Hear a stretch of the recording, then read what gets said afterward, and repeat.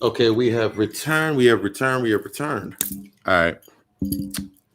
But yes, every time that we take this model of ourselves and our identity, every time I took that model within my identity, what made me who I was. I'm gonna wait for everybody to fill back in. As you fill back in, drop that ashe. Go ahead and share it to the social medias wherever you're at when you're coming in. Okay. Yeah. I'm gonna let everybody fill back in real quick. Guess this is gonna be the unofficial part two because we just got really, really hot. What I did was I had my light connected to the same aspect to the laptop, all USB. So when I press the button, it automatically it's the clicker. It actually takes a picture for me. I forgot that it does that. So I just switched that to a different aspect so I ain't got to worry about it affecting what we're doing. As I'm waiting for everybody to come back in. All right, cool. We're going to continue. Take this aspect of where you're at, what you're doing, where you've been about, where you've been in your entire life, and trying to go back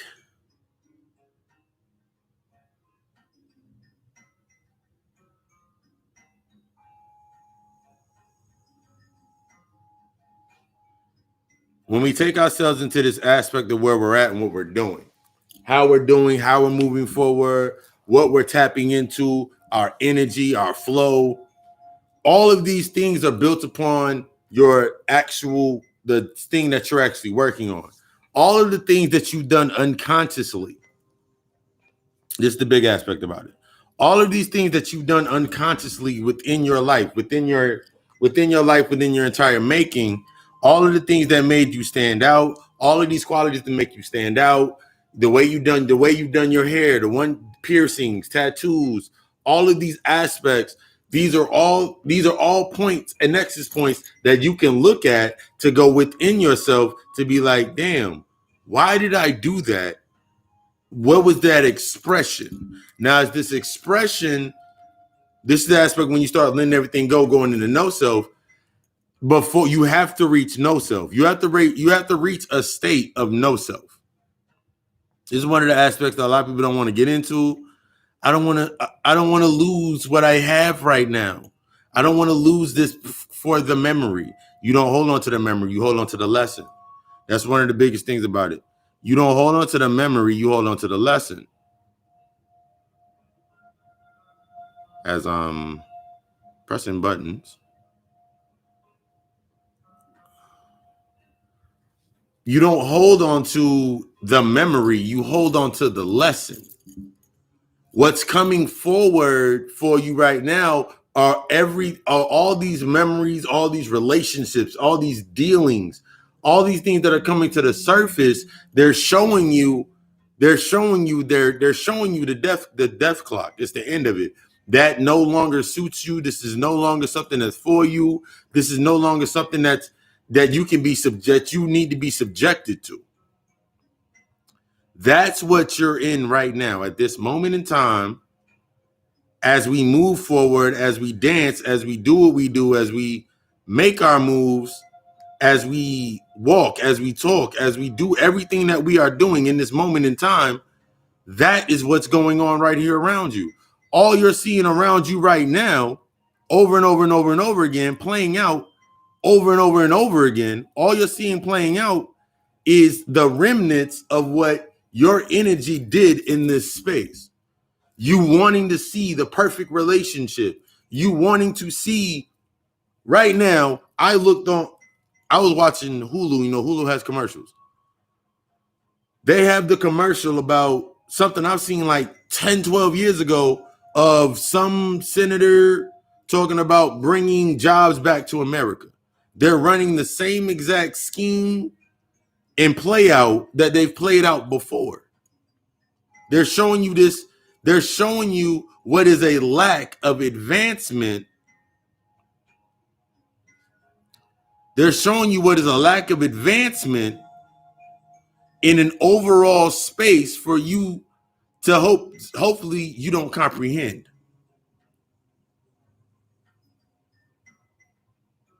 That's the goal. That's the cue that they are using. That's the cue that they're used to using. That's the cue. That's the rhythm. That's the algorithm. That's the note. That's the key factor and key spectrum of what's happening right now. As I'm sitting here playing around with these buttons, sending all this out to people right now. Y'all bear with me. Ooh, we're gonna do it like this.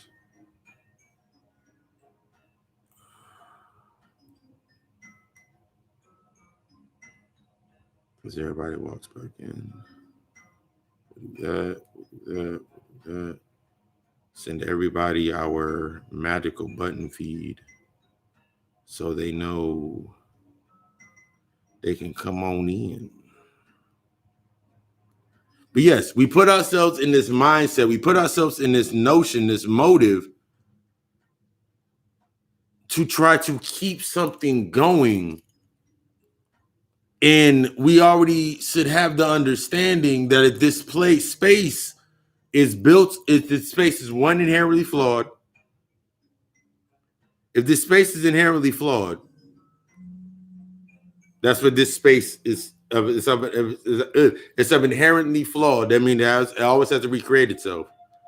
And it's built upon, and then we look at America as the structure is what it is. And that aspect of what that is, it's driven off of the nostalgic, what are now nostalgic monikers. There are now nostalgic little monikers or martyrs of a system that no longer can sustain. They've been out of time. Bobby Hemmett said this shit all the time. They've been running out of time for a long period of time. They have nothing left. They have no more juice. They have nothing else but to repeat what they're repeating. They have nothing else but to repeat what they're repeating. Do what they keep doing. That's what this space is for. That's why you look at the reflections of a fundamental program that's already programmed into you to celebrate. And that's why you have Valentine's Day. That's why you have Christmas. That's why you have every other holiday. And it doesn't matter whether you celebrate the 4th of July or Juneteenth. It's still a holiday meant to celebrate and sustain something in remembrance of. That's what a celebration is, in remembrance of. You're treating the celebrations. What you're treating as a celebration is actually in your mind as a funeral. Everything that is being celebrated on this level is on an aspect of death. Everything down here is based on an aspect of dying. Christmas is an aspect of dying. When they talk about Christ rising and all that, it's an aspect of dying. Thanksgiving, we know the history of Thanksgiving, dying. St. Valentine's Day, the nigga died. Easter, somebody died. Their aspect is all based upon death. This aspect that this realm is something, everything has to die. In order to understand something further, you must die. So when you sit here and you denounce something in the aspect of that's not me, that's what got our people fucked up, that's not what got your people fucked up. That's the belief system that if somebody takes it to the next level and understands the behavioral concept, the psychology, the psychosis of these things, the psychosis of these meanings, then that's when you can truly break free. After you have broken free, no one's going to. Here's one aspect that I look at every single day. When somebody asked me this the other day, and it was a very interesting question.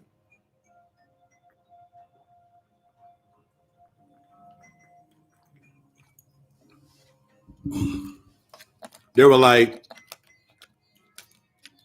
I'm coming into my spirituality, I'm coming into my truth, my knowledge of myself.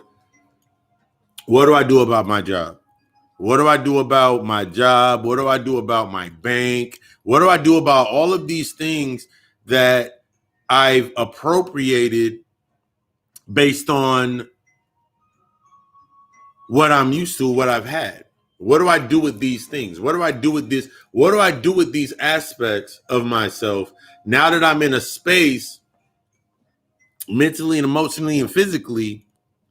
Now that I'm in this new space in my mind, in this new space, now I'm in this new mindset and I'm trying to groom myself. What do I do now? I keep hearing people talk about we need economic plans and we need to build our own schools and build these own buildings. And then I stopped them right there. I was like, what do you feel you need to do?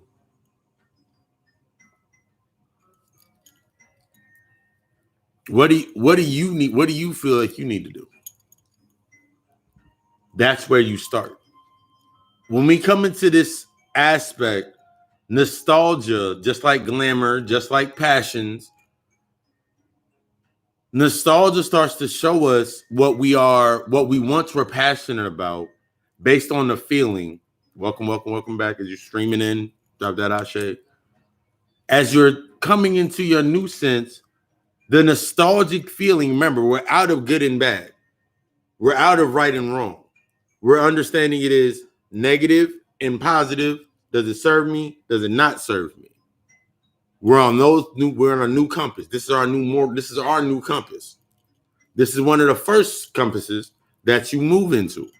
When you come into this epicenter of yourself, it's what serves you and what doesn't serve you. It's what's positive and what's negative. That's your new compass. What's negative to me may very well be positive to somebody else. What works for me may very well not work for somebody else. These are your new compasses. This is your new compass that you move within. And how you set it up is how you set it up based on what you worked on. Because once you have your 4 cardinal points, or you look at the swastika symbol, your 4 major bodies of light, then you understand how you can make your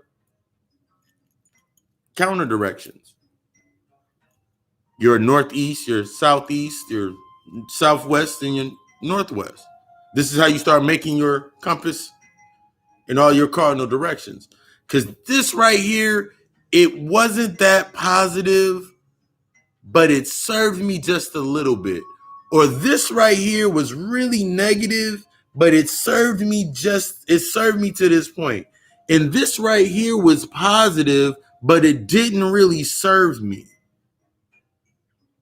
But this over here was negative, but it served me just a little bit. This is your moral compass.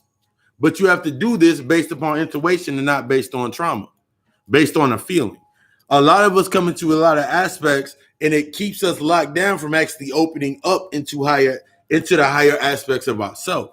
So if I'm looking at everything, I'm coming into everything as I'm open to the reflection. I hate when that happens. Yeah. I'm open to the reflection of learning. I'm open to everything that will reflect in front of me as an aspect to learn. Everything that I need to learn, or better yet, remember, shall be placed in front of me at a point in time. Based upon my core intention is to learn. This way, as I move throughout my day-to-day, my time through my nights and my days, and my reflections thereof, when it comes time to make a separation, or I see a separation, it's showing me that I've learned everything that I could learn from that space. Everything that I could gather from that, I gathered. There's nothing else I can gather.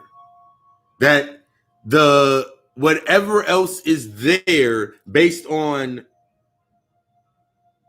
me in versus whatever it may be, whatever conduit it may be. So I'll use an example such as my job. I'll use an example such as your old job. At a point in time when I was at my job, it was a learning experience. It was like the final learning experience that I needed before I separated away from it.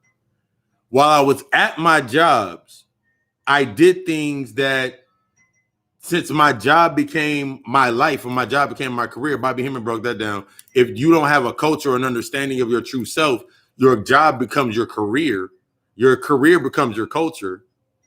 That's why you always hear when you're at work, they were like, this is work culture. This is Applebee's culture. This is JCPenney's culture. This is work culture. This is work life. And then motherfuckers create work wives and work husbands and work sisters and work brothers and all this whole aspect of bullshit for a nostalgic region to stay there, to stay within the space. I remember one thing my mother always told me, and it embedded into my brain. My mom was like, most mothers always said this: you go to school to learn.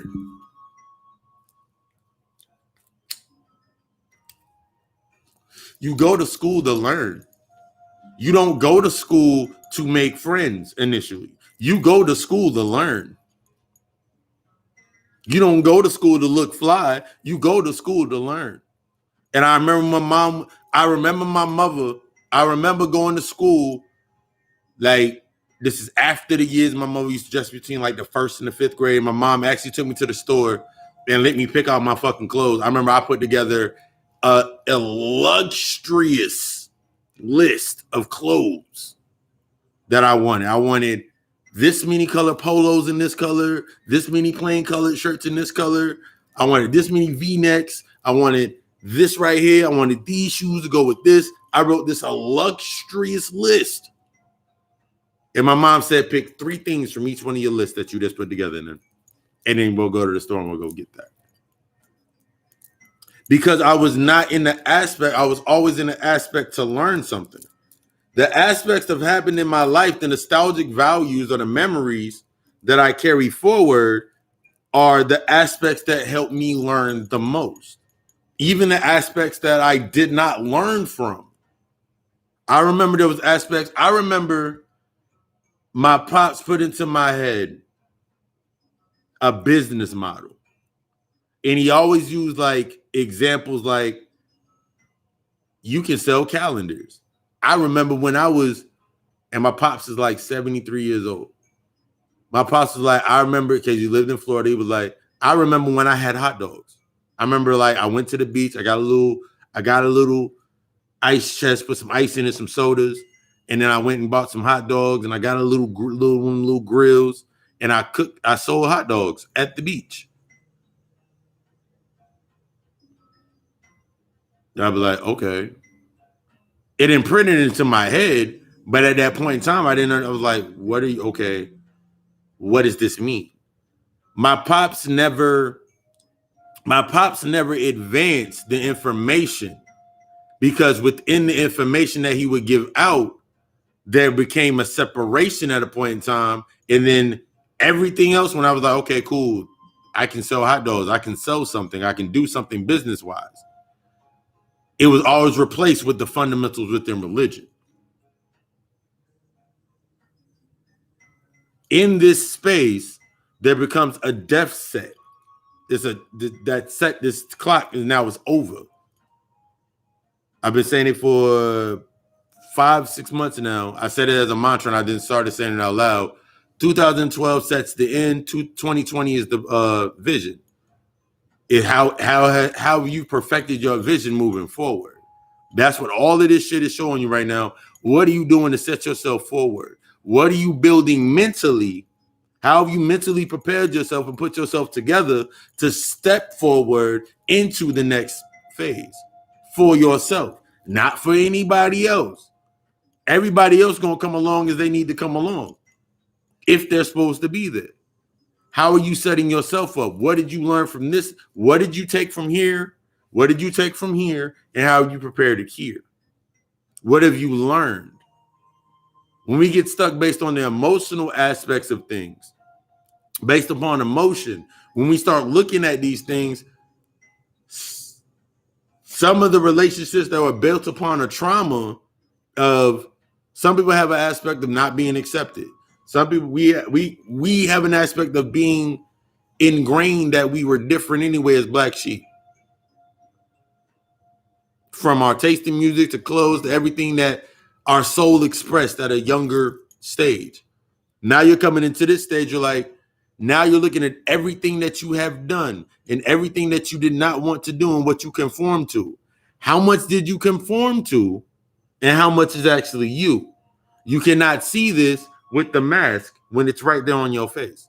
You must remove the veil to be able to see it, to understand it, to become the self-observer.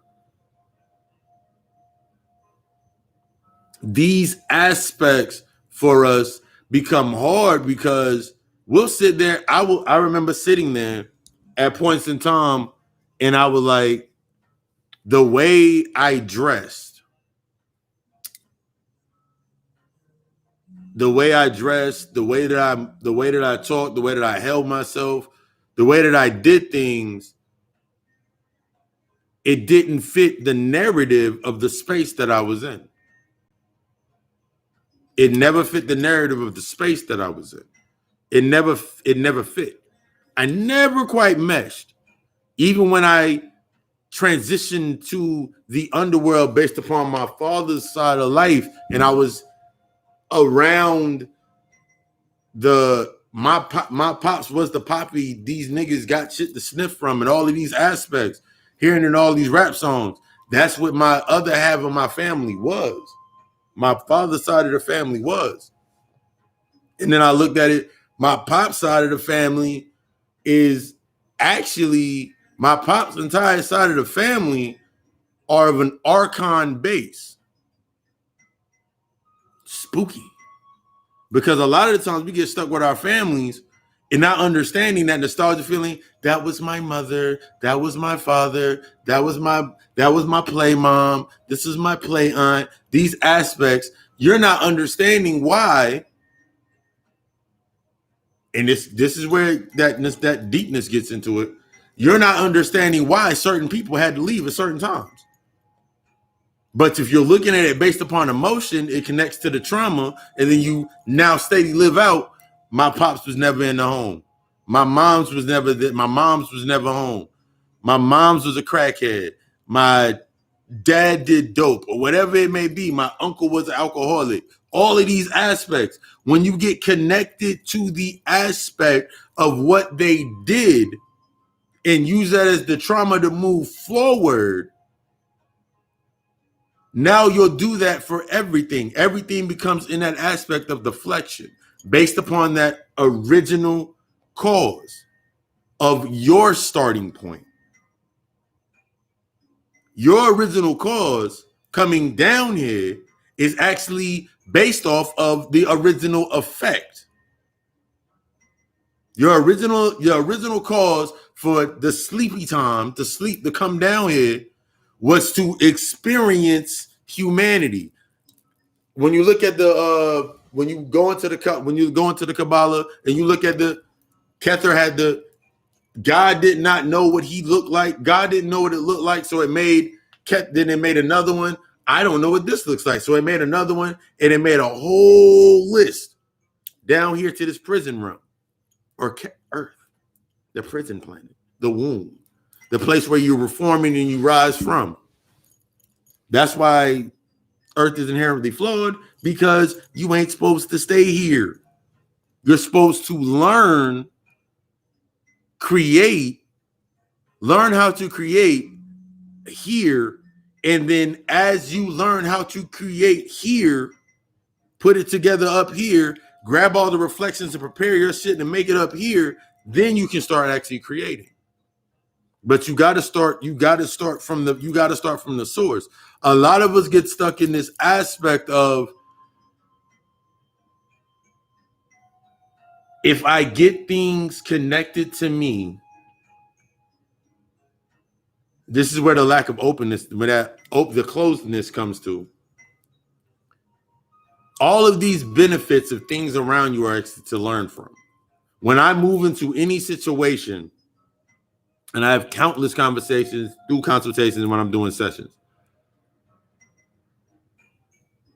when I'm sitting there,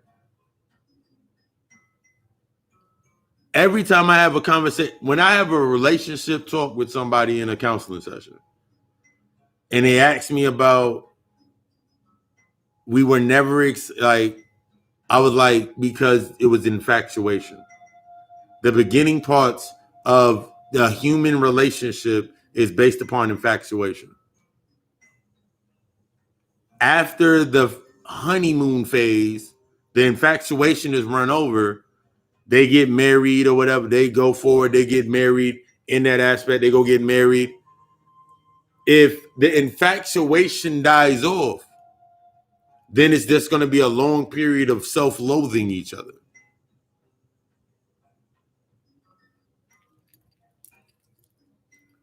It just becomes this long, drawn-out process of, did you pay the rent? Did you pay the water bill? Did you pay the electric bill? Did you pay the cable bill? Did you pay the insurance? Did you give John his Cheetos and Maria her Doritos? It becomes this long, overdrawn process of reprogramming another program for this to sustain, for all of Earth to sustain itself.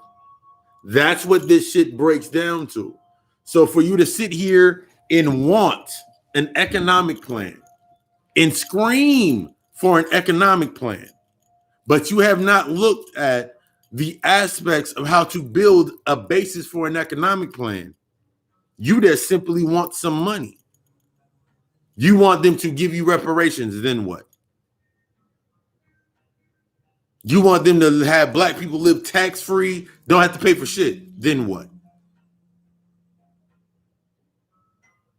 You don't want to have taxes, then what? If they gave you reparations, said you didn't have to pay taxes for, let's say, 3 years, and they gave you a stimulus package, what would you do with it? What have you set up in your mind, programmed into your mind? Remember, we always talk about the sub-programs. What programs are you programmed into your mind to go to that next level once you get the money? That's part of the reason you're not motherfuckers aren't millionaires. That's why rich dad, poor dad doesn't work. That's why these aspects do not work. Because you haven't put in the fundamentals or the nexus points in your own mind to make them work. I'm gonna give you something to think about. If you have no trust, if you have traumas and you don't trust men, or you don't trust women around your man, or you don't trust men around your women, or you don't understand why your man got a lot of homeboys that don't have girlfriends and they always around each other and vice versa. If you don't have trust in that aspect, and that's a trauma for you, how can you build a trust? A financial trust.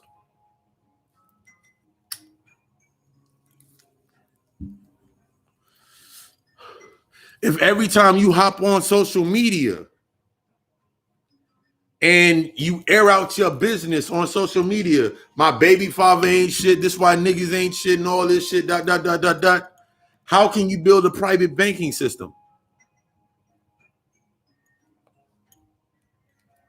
How can you build a private banking system? You have become a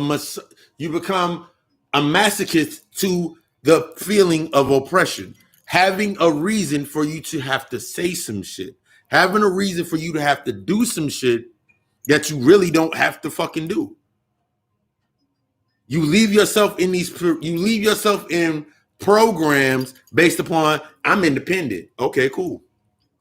How independent are you if you have to subsequently put yourself in a position to where you have to have, now when it's time for you to break away? My vision of independence was the other week when my cousin was like, hey, we going to the beach. My cousin got his own lawn service shit popping off. So he was like, yo, we going to the beach. I'm like, all right, cool. Went to the beach. nieces, nephews, friend, everybody just came in after the 4th of July, had a bomb ass time. I sat there from my hotel room and sent out natal charts. I sat there from my hotel room and did readings. I sat there from my hotel room, did all the work that I needed to do on that Monday.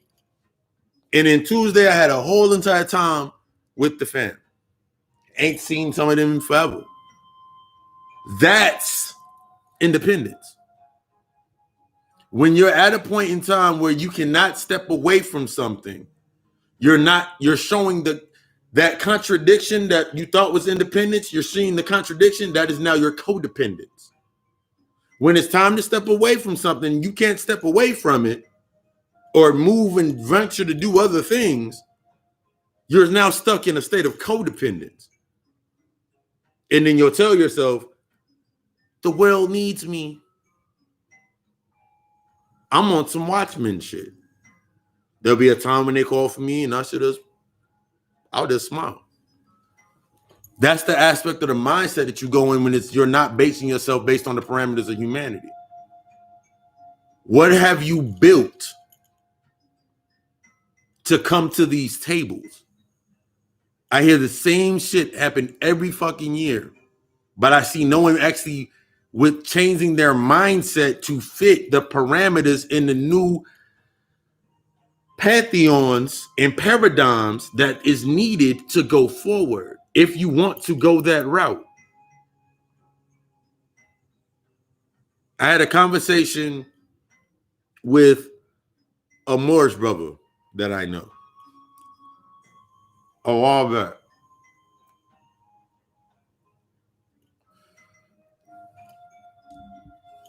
He got his little check from the government. He apparently wrote some books. I haven't seen the books. That's neither here nor there.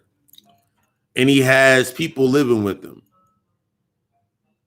And I dropped an idea into his head and it didn't seed yet.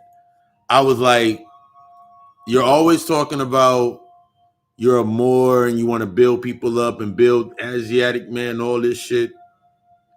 How about the house that you own, that you're about to own? Here's just a simple plan. The house that you are about to own, after you own it, after you fully have paid it off, take the money whatever money you've saved up and put together, or it takes whatever files and whatever paperwork you got, and go cop another house.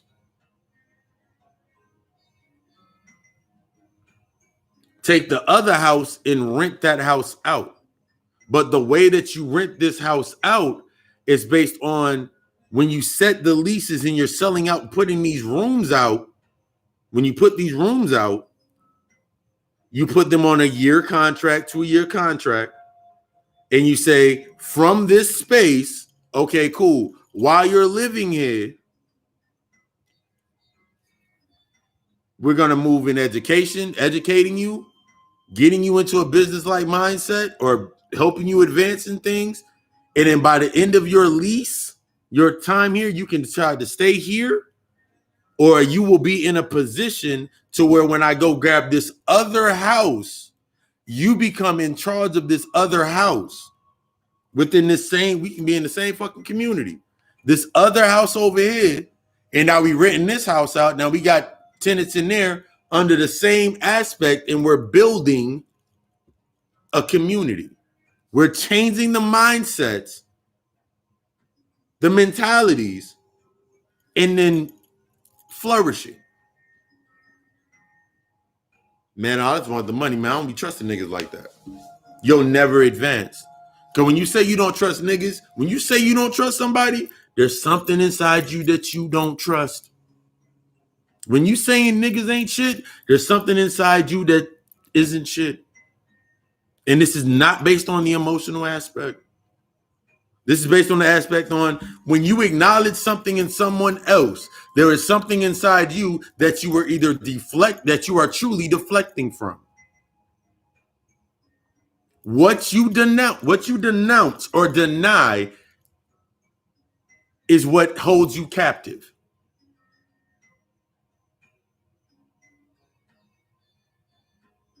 That's what you deny shall bring you the abundance, as opposed to you thinking, if I deny it, I'm not going to get anything from it. You're denying it, or you're shutting it down within yourself instead of allowing it to come out for you to actually see it for what it is. Because if you denounce, that's like if a motherfucker sits here at this point in time, if someone sit here and say, fuck Jesus, Jesus ain't real, I look at him and say, nigga, I am Jesus.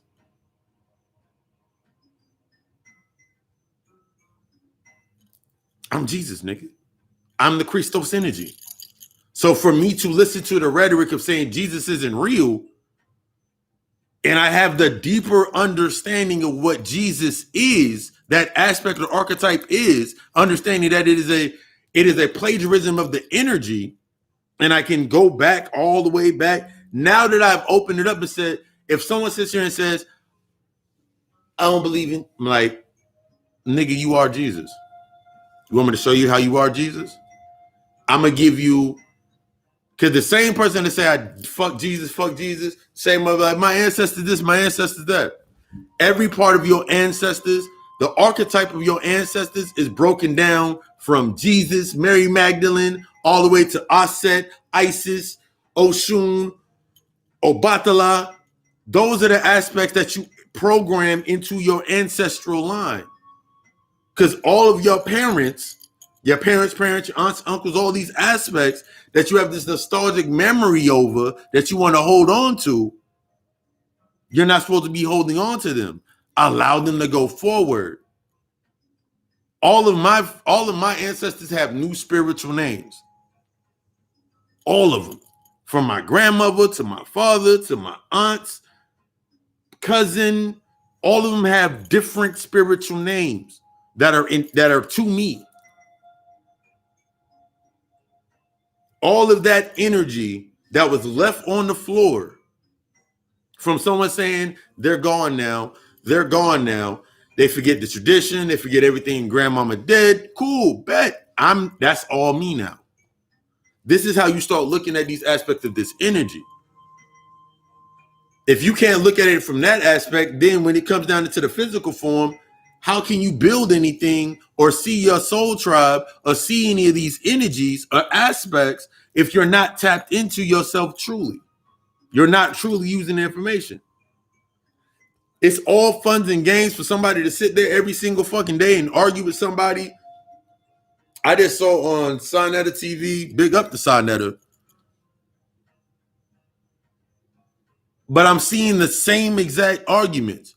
Which one's more important, African spirituality or Christianity? That's the same shit that I saw 3.5 fucking months ago. Same conversations. And when you start seeing it, you're starting to see it as they're having the same conversations to sustain that space, to sustain that rhetoric. If you sustain something, if you sustain light, and we understand that light, when light comes to this aspect right here, that's already been burnt the fuck out for fucking light years, it's been burnt the fuck out. You need something new to challenge your thought, to program in the new algorithms. That's why when you come into your consciousness, you're simply aware of things. After you come into your consciousness, then there is your enlightenment. After your after your initial enlightenment, then you come into your you learning your spiritual compass. Remember how we broke down structure, awareness of your structure, awareness of your infrastructure, the destroying of your infrastructure, the rebuild of your infrastructure, then a new foundation. Your new foundation is always going to be that new enlightenment. What are you doing as you're working up here? What is it ushering down here? That's why most motherfuckers do the same fucking shit that they've seen someone else do, because they're thinking that that's what's supposed to be done. Maybe I should do it like this, or maybe we should do it like that. If I give you what I do in intention, if I give you what I do, hey man, you got, hey yo, I want to be like you. I want to be a shaman. I want to be a teacher. I want to be Okay. Tell me about your life. Nah, my life don't matter. I don't want my life don't matter. I need to know how you did it. Tell me about your life. Tell me about you.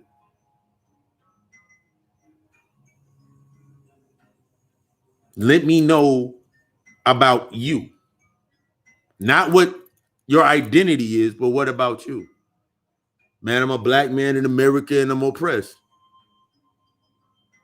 That's your identity. That's your ego. Your ego is oppressed. Your ego is the copycat or the doppelganger that's showing what your soul really is. So the more that you say that you're oppressed, your soul is simply still your soul is it's because you're saying your soul is oppressed. But your ego doesn't find answers. Your ego only retains shit to keep you where you're at. So it can keep feeding within that space. So it can keep you doing the same behavior. So you keep doing the same damn shit. So niggas ain't shit, bitches ain't shit. Okay, cool. Fuck it. Niggas ain't shit, bitches ain't shit. Now what? Man, the white man got me at my job, man. Got me working 40 hours, man. I'm trying to get bike week off. All right, cool. I'm not going to show up. All right, bet. Don't show up to work then. Nigga, I'm not going to bike week. I'm going to go to work. Man, that's fucked up, man. He gave all my hours away.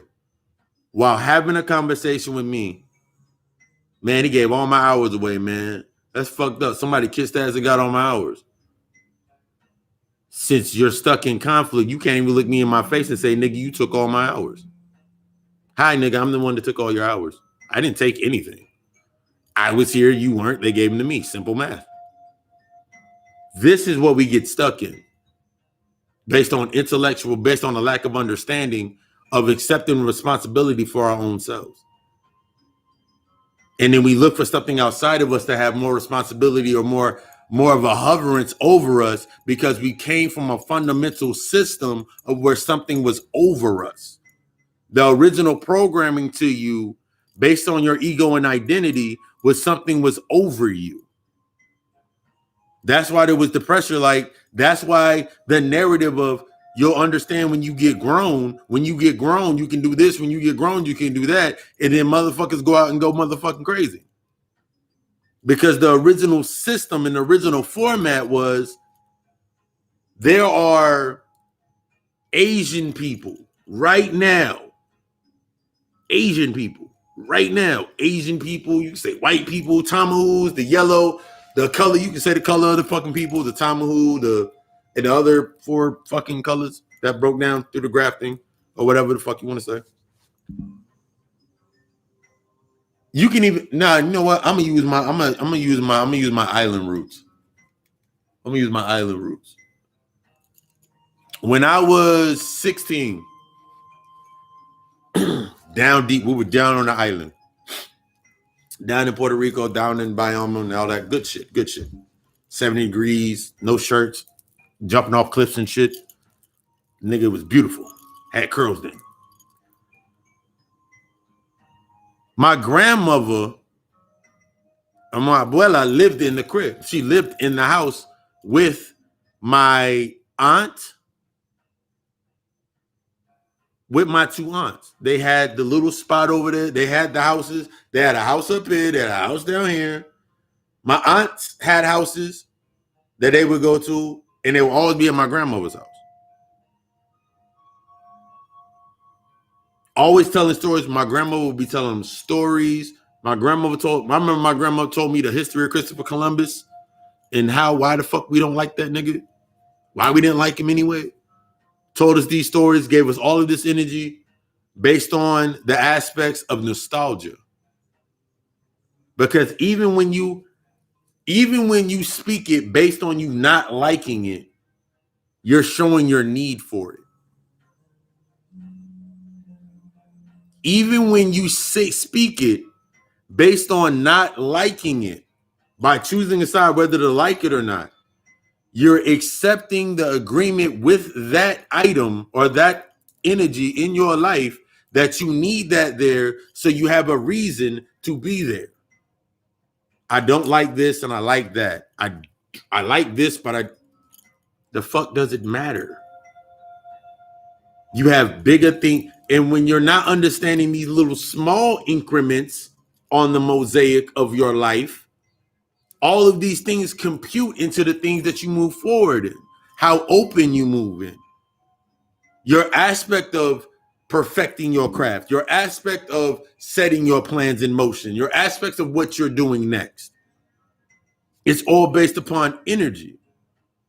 I've been reading energy unconsciously from so we go back 8 years, and then take the 8 years before that. About 6 years before that, I was always about nigga. I don't fuck with niggas' energy. That ain't right. I didn't understand why I didn't do it. I just didn't like. I didn't everything from motherfuckers touching my hair to just rubbing up against me, being close to me. All of these aspects, I never liked it. When I came into my awareness, I was like, damn, it's starting to make sense why I don't like certain things touching me and coming around me. And then come forward right now, it's like I further understand why I do not at any motherfucking cost like certain energies around me. Because if I'm over here putting in this work, I'm over here spirit cooking, working with my spirits and cooking my shit up with my spirits and my energy. Get my conjure on. That energy is going to come in and fuck up my shit. Why the fuck would I want it over here? These aspects, the small increments into your mind, is like going into the mindset of, if I'm in the mindset now of, I've always been in the mindset of business. I've always been in the mindset of business. I treat everything as a business. I'm open to everything as a business. Everything becomes an investment based on where it's at and what it does. We come to the table, keep changing out the agreements, keep going forward. That's the mindset that I've always been in. So I treat my spirituality is a business model for me because my energy is my business. My currency is my business. I treat everything into that accordance. So if it doesn't weigh up to what I'm doing or how I'm moving, it can go over there. If it's a moment in time for me to learn from it, then I'm learning from it. I'm open to learn from it. This is the aspect when people get afraid of rejection or we get stuck to things based on things being connected to us for accepting us at a certain manner. We get stuck within that cipher of humanity. I'm accepted. I'm accepted. I didn't have to change yet. So then when it's time for you to change, now you're sitting there like, well,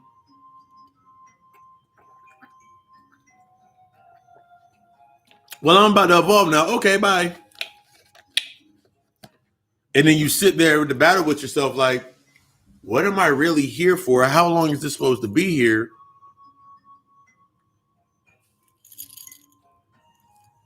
Because you stuck in the nostalgia of the infatuation of what it felt like to have something come into play and made you do something different. This is the same aspect based upon traumas. As much as people say, and that's what I said the last week. I was talking about pedophilia, and we did the pedophilia and the pedophilia aspect. As much as you sit here and you put the aspect of I do not like this, and this, it's because on the other side of the coin that you have not become transparent on, the reason that it resonates with you that you do not like it is because it's connected to a trauma that you have not let go of. So how can you build the trust?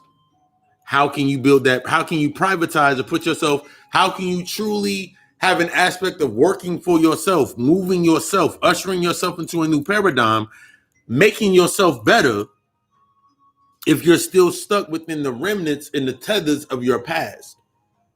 The nostalgic feeling of being oppressed, being held down, being hurt, being lied to, being cheated on, being fired, all of these aspects that you didn't learn from. Why did you get fired from your job, man? Because they was fucking bullshitting me.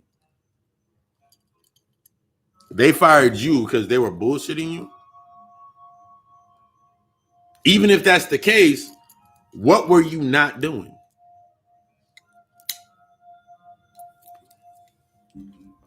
What part of the agreement were you not living up to? That's what we're looking at now. What agreement were you not looking up to? Remember, it's not the aspect of where the fuck the book go? Where's the other book? Oh shit. Oh, here it is. It's not about learning how to think. It's about to learn how to think, not what to think.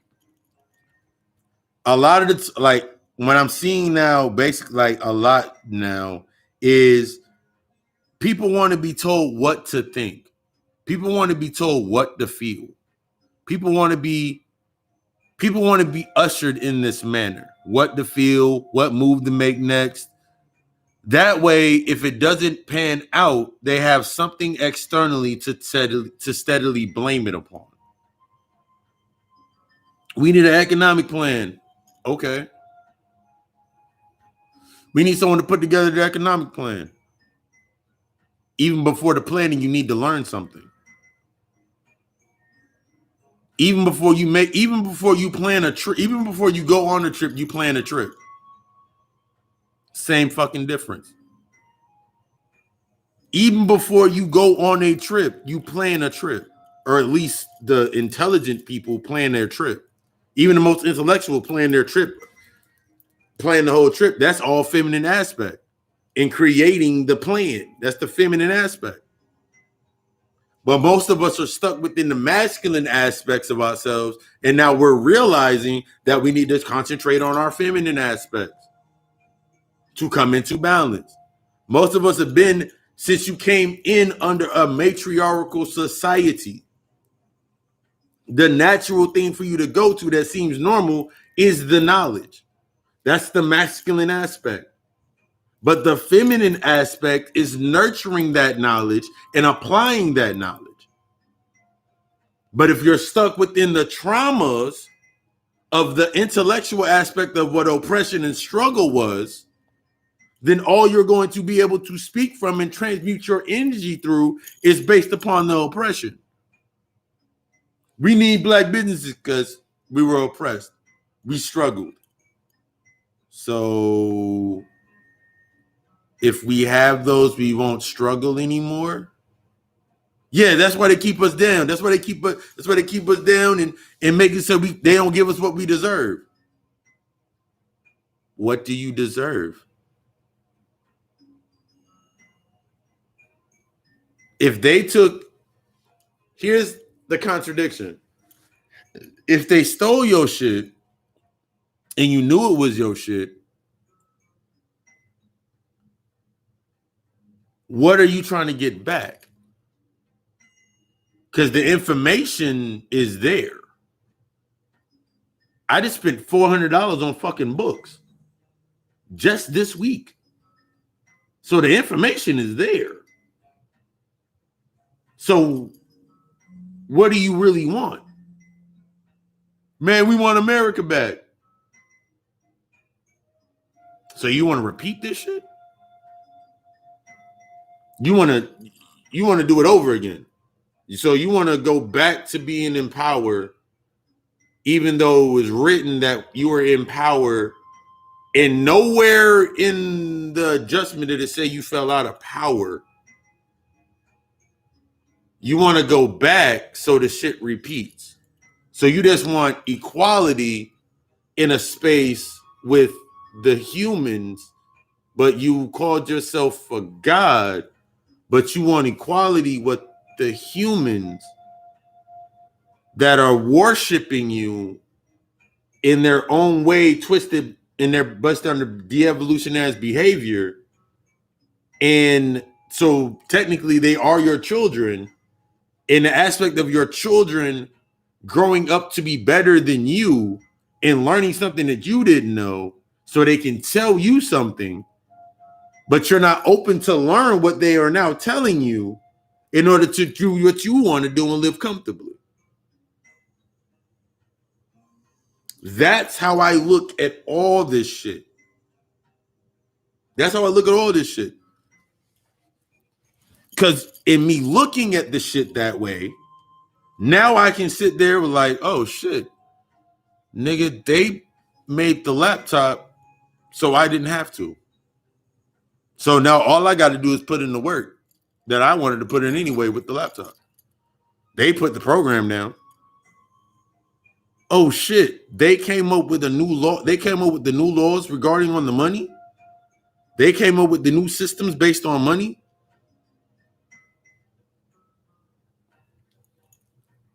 Damn. Now wait, let's see if somebody comes up with a black stock exchange. Wait, that just happened a fucking couple days ago.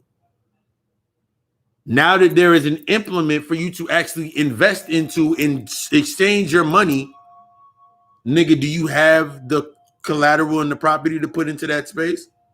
No. You're going to be stuck in that same fucking nostalgia feeling. It's because we're oppressed. A nigga that's like, take the aspect, Akon gave 6 million motherfucking niggas in Africa fucking electricity. This nigga is building a Wakanda right now.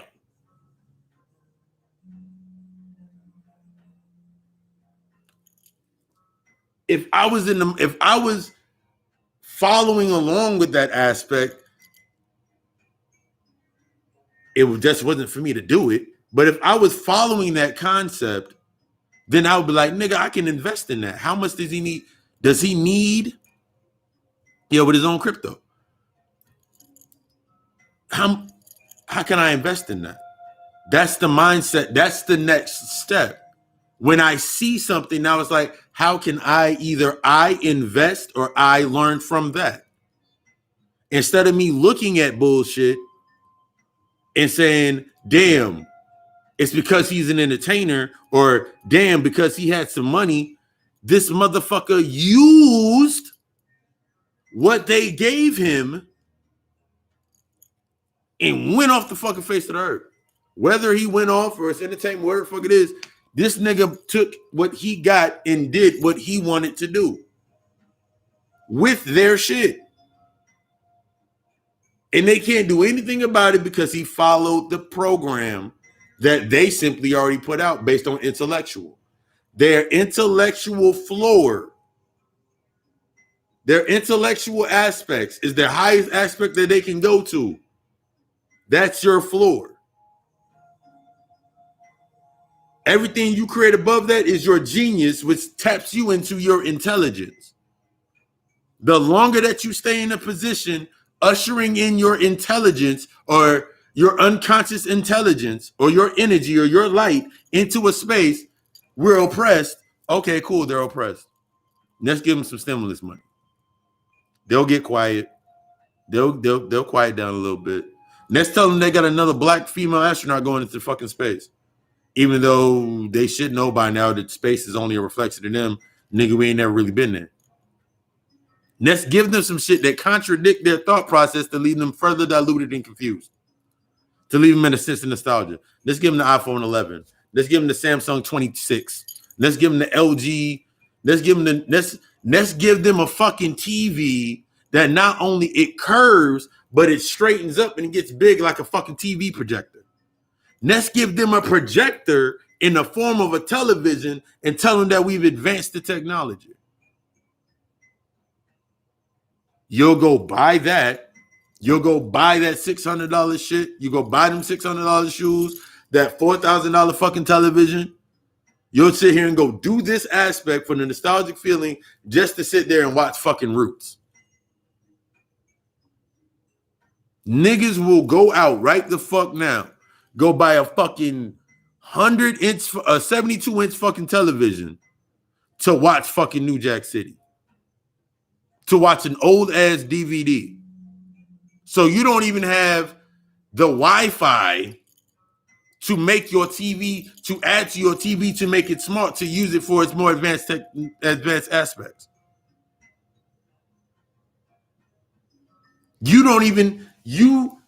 So if you're not even on that advanced level and you don't even understand that your TV is a smart TV. How smart is my TV? How more far can I push it? There's an actual module that you can put into your fucking TV to turn your TV into a fucking touchscreen. But you stuck in the nostalgia of now we didn't came up. Now that you came up, you about to go right the fuck back down. This aspect based on those traumas, my mother wasn't there. And then you find another deflection aspect to deflect into.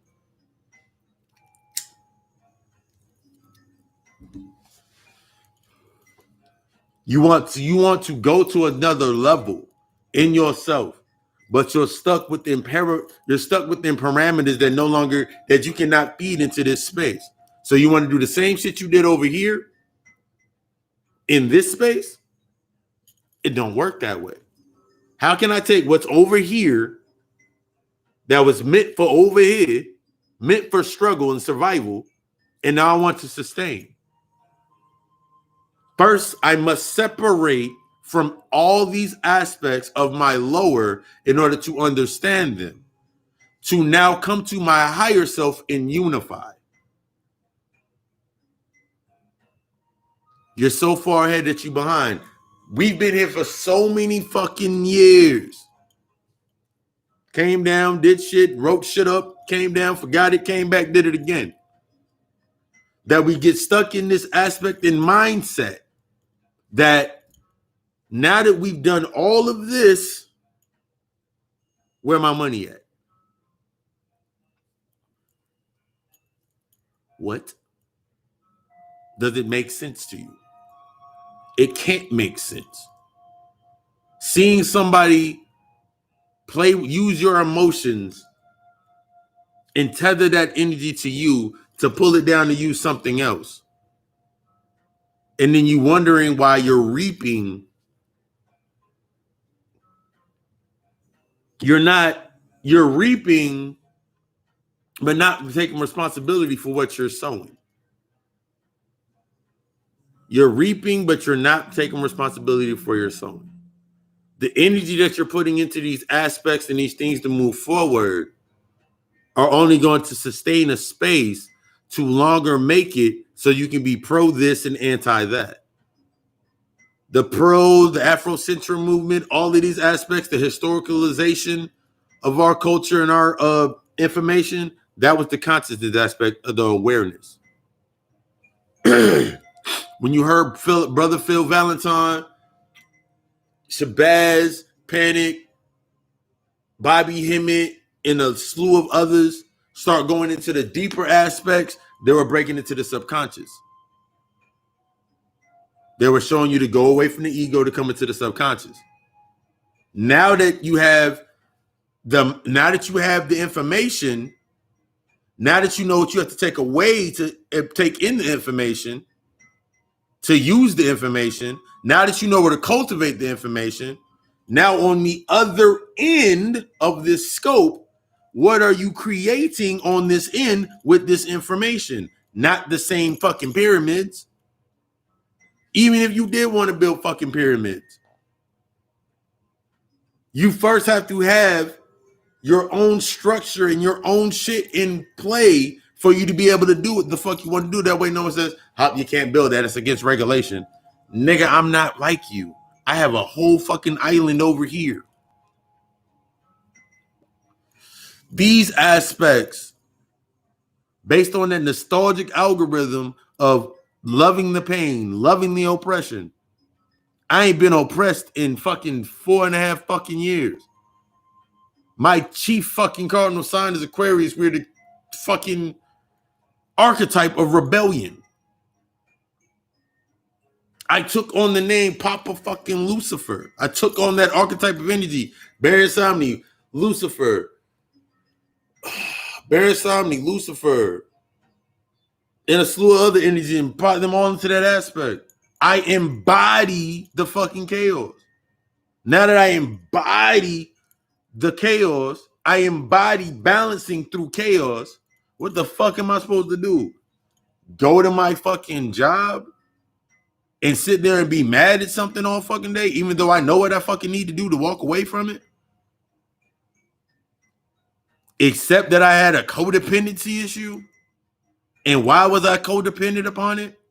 And oh shit, that's my fucking shadow work. The same shit I did at all my fucking jobs, it was based upon my entire relationship with my pops, my relationship with my mother, my relationship with my family. Trying to be the best for them to see me as what I am, to accept me for me. But I wasn't accepting myself for myself. So since I wasn't accepting myself for myself, I couldn't see the shit that I needed to work on. So I stayed within jobs or persecutions. The translation for job is persecution. I stayed within persecutions to basically punish myself to try to be something further that I wasn't. So I could say, niggas, because I'm oppressed. Because the white man's evil. So I can stay within these old parameters. The white man's evil. The white man's the devil. The white man's this. After a while, even when I was in my earlier aspects of consciousness or my awareness and I was starting to hit them enlightening moments, I'm like, nigga, if I'm the original and Set Typhon is the oldest written down aspect, soot, the soul, melanin, darkness, that Bobby Hemmett taught us. And then I grabbed the book and I read it and it made sense. Like, oh shit, that's what it means with this. And I take that aspect. Okay. How the fuck can he be the devil if I'm the devil? If I'm the light bearer, the bearer of light, the body of light, then how can he be the body of light? The only way that he can be the body of light if he's based upon my identity, my ego. He's a reflection of my ego. So since he's only a reflection or a carbon copy, it's not the full genetic makeup. It's all genetics. It's all energy broken down in genetics. He's only a copy. That means he's only the intellectual information that it took to make me do that. What I have long forgotten. That's why he can be the businessman. And on the other end, you got niggas putting 20s, 24s on fucking 300, Chrysler 300s. He can do what he do because I'm steady doing this. So until I learn those aspects, he can exist. Until I learn those aspects that exist in my life. Until I learn the parameters, subject myself to the attributes of the ideal, what that person thinks I need to be.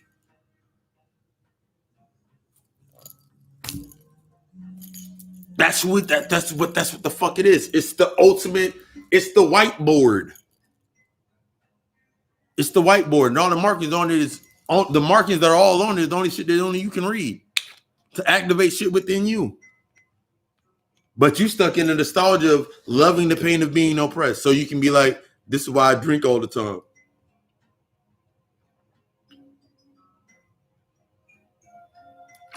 Now,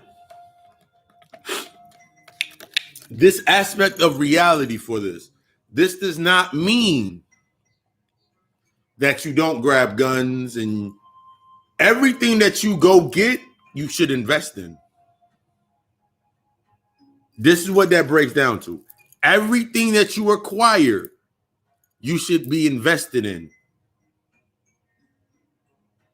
So if I go buy guns, I better be invested in military stocks, ammunition stocks. If I go buy toilet paper, I should be invested in Charmin, in toilet paper, and all that other shit. Papers, plastic forks. I invested in the plastic forks. Shit was like, I want to say Dixie was like $23 a fucking share. I invested in the fucking plastic silverware, the whole pack, the little pack that you used to get from KFC with your mama. Got that joint.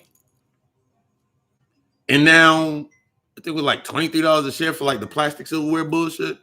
That shit up to like $300 a fucking share right now. I want to say. I haven't looked at it lately because I set it and forget it. But I bought like 6-7 shares of fucking plastic silverware.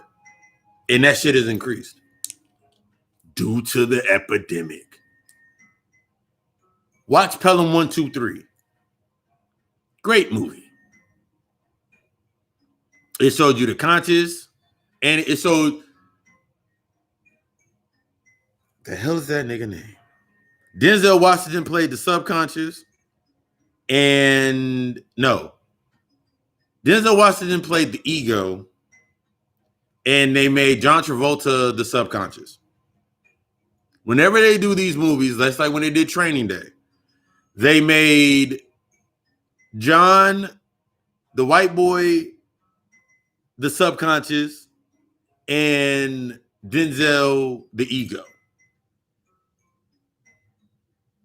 Whenever you see movies with the white person being the hero aspect, they're making them the subconscious.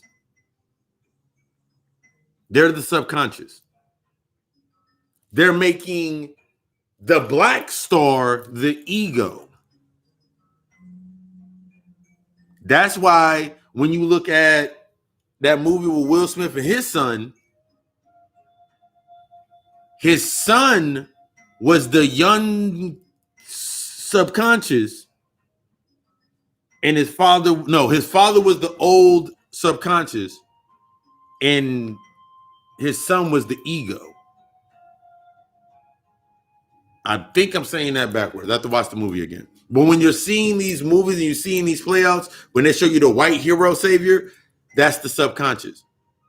They're saying your subconscious has to be like this in order for you to be able to succeed. Then that's how they keep programming you with the glamour of the subconscious, this aspect. That way, when you look at Mr. and Mrs. Smith, Mr. and Mrs. Smith was two halves of the same whole. It was the battle of killing which ego needed to be killed or suspended in order for you to look at your fucking self. Once they addressed everything out and put everything on the table, all the shadow work, you can encode this movie to use it as that. Use all that fucking shadow work, the motherfuckers came back together and everything was peachy because the egos had to subside. The ego is the nexus point between the believer and the knower. That's the nexus point. To avoid conflict, they must understand the contradictions of the belief and the knowledge. This is the only way that they can now come together, as I'm sitting here doing the fucking Uranus, doing the fucking serpent. That way the belief and the knowledge intertwine because there's truth in the belief and there's truth within the knowledge. The knowledge itself, the belief is the aspects of the fundamentals of what it broke down to, what this shit broke down to. That's what the belief is. That's why you need these people in this. That's why these people have a basis of a belief system because they're going through the behaviors. They're going through the behaviors. Now you can learn from the behavior of what it translates to down here. So you getting upset at a motherfucker for, I love Jesus. Why are you upset with that motherfucker? That nigga has accepted Jesus as his Lord and personal Savior. The best thing that you can do is become the example of what Jesus is in truth. That way, when his belief is challenged, your knowledge overrides his belief. So when that belief and his whole infrastructure falls, loses the house, uses the job, loses all his shit, you have built your trust, your private banking system, your economic system. You got your cars. You indulging in your houses. You drug dealer fresh. You have acquired your heaven in your mind already. So now you're living your heaven in the space that you're right here. That way, that person got one or two decisions. Either continue giving their energy to something outside of them, which is naturally coming to you anyway, based upon loving or hating you, or saying fuck you or not fuck you. Remember, you in transparency now. So that energy, what does not serve this being serves you. So they're not wanting to know, they're simply wanting to believe it does not serve you. No, it serves, now it serves you. Even though it is a negative, your knowledge is a negative to them, but a positive to you. So the longer that they sit here and judge and become whatever they say about you on that end, that shit naturally charges your knowing why you do what you do, why you move how you move, why you walk how you walk, why you wear what you wear, why you don't let certain niggas in your fucking house. All of these aspects come in alignment for you to step away from the I'm oppressed. That's what oppression looks like to me. Do I want to go through oppression? No. I have a constant example that will leave me in discomfort. Remember, you got to become uncomfortable in humanity to accept your God self. So I'm uncomfortable in humanity. I have a reason to be uncomfortable in humanity. I have compassion for understanding. That's why I'm uncomfortable in that space, so I don't go there. But if your mindset's stuck within old paradigms of this person was here back in 1994 with me, this person was with me in 2003 when I was going through a breakup, this person was with me through this breakup, they didn't like this person, they didn't like that person, they didn't like this person. At a point in time, when you looking, they didn't like none of these fucking people. And then sometimes there were reasons why they didn't like them. And then other reasons they really didn't make sense why they didn't like them. You just kept going off the information. The entire time, what the fuck were they doing? The entire time, they didn't like all the niggas that you was with. They didn't like all the bitches you was with. What the fuck was they doing? Why the reason that they did not like them? Did you ever think about these things? It's not how you think. It's not knowing what to think. It's how to think.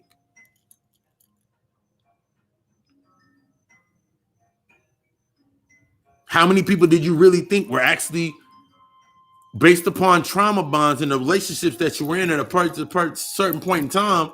I can actually sit back. I'm like,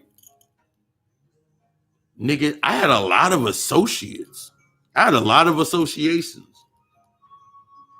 This is what's needed in order for you to go forward and break down, to actually step into your new energy and your new light. Being stuck in the nostalgia, man, I had like 15 friends. I had 35 friends. That's why they gave you Facebook and they gave you Instagram, and motherfuckers get stuck on likes rather than actually building any type of relationship, building any type of bonds with people, having any conversations with people. No lie. This was probably 6 years ago. 6 or 7 years ago.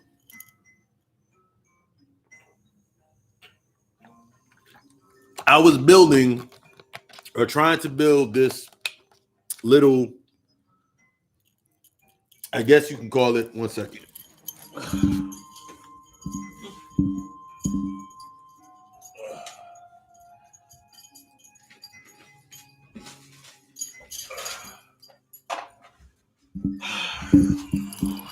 Spirits want smoke. We're going to give them smoke. But anyway, yeah. As I'm saying this, as I'm setting up my pipe, I was trying to set up this relationship. I was looking back at my relationships before. And I remember at a point in time, I was like, in my relationships that I was dealing with, they all began in a certain way based on something about me needing to be, like, once again, based off the old trauma bond. Since I didn't fix a lot of things with my family, I would search for in a lot of my relationships or try to ascertain those aspects in the relationship in order to build that relationship and make that relationship work.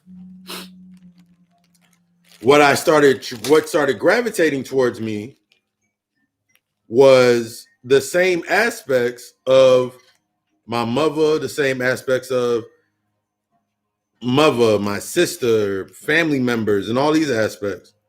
Until one time I was in dealing, and I remember I was like, yo, I'm finally knowing myself. I'm aware of myself. I want to share some knowledge.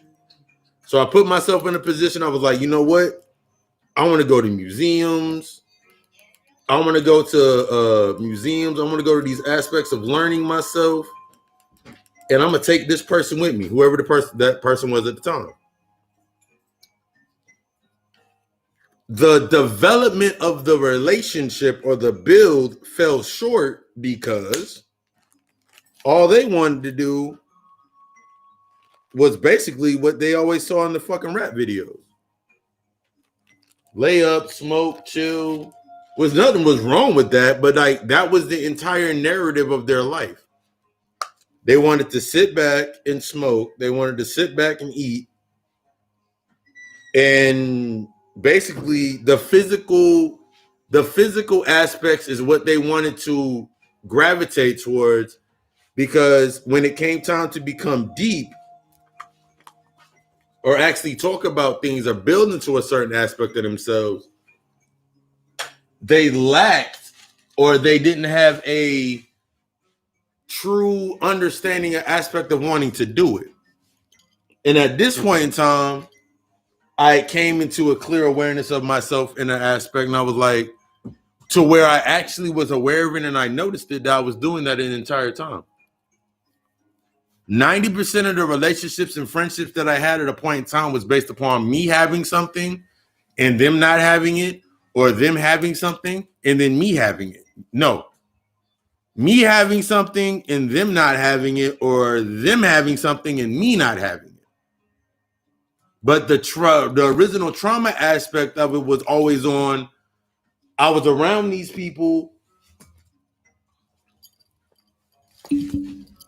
I was around these people in that aspect for myself, to simply have the nostalgic feeling of having things around me and be able to further reflect the thought process of I'm efficiently in their life doing what they need me to do. I'm efficient. I can be something. I can be what they need me to be. I can be what they want me to be. But it further left me in an aspect, and then that's when it clicked. I was like, but what the fuck do I want to be? I even use the narratives of whenever the conversations that I have now, these lectures, when we speak like this now, when I have conversations with people now, that was at that point in time, that was my high talk. The same energy that I pull from now consciously, or in awareness and enlightenment, is outside of the aspect of how I used to pull down energy and have conversations when motherfuckers were high. I used to have to smoke with motherfuckers to have the conversation that I would have. Say the shit that I would say. Because after I had the conversation with them, when they weren't high, like, yo, nigga, you said some mad wild shit, nigga. And then I would try to re-engage the conversation, and they didn't get it. I had to bring them to my level. I noticed that when I smoked, when I was smoking, when I was sitting there smoking, I was already in that space already. It was them coming to that level. So I had to allow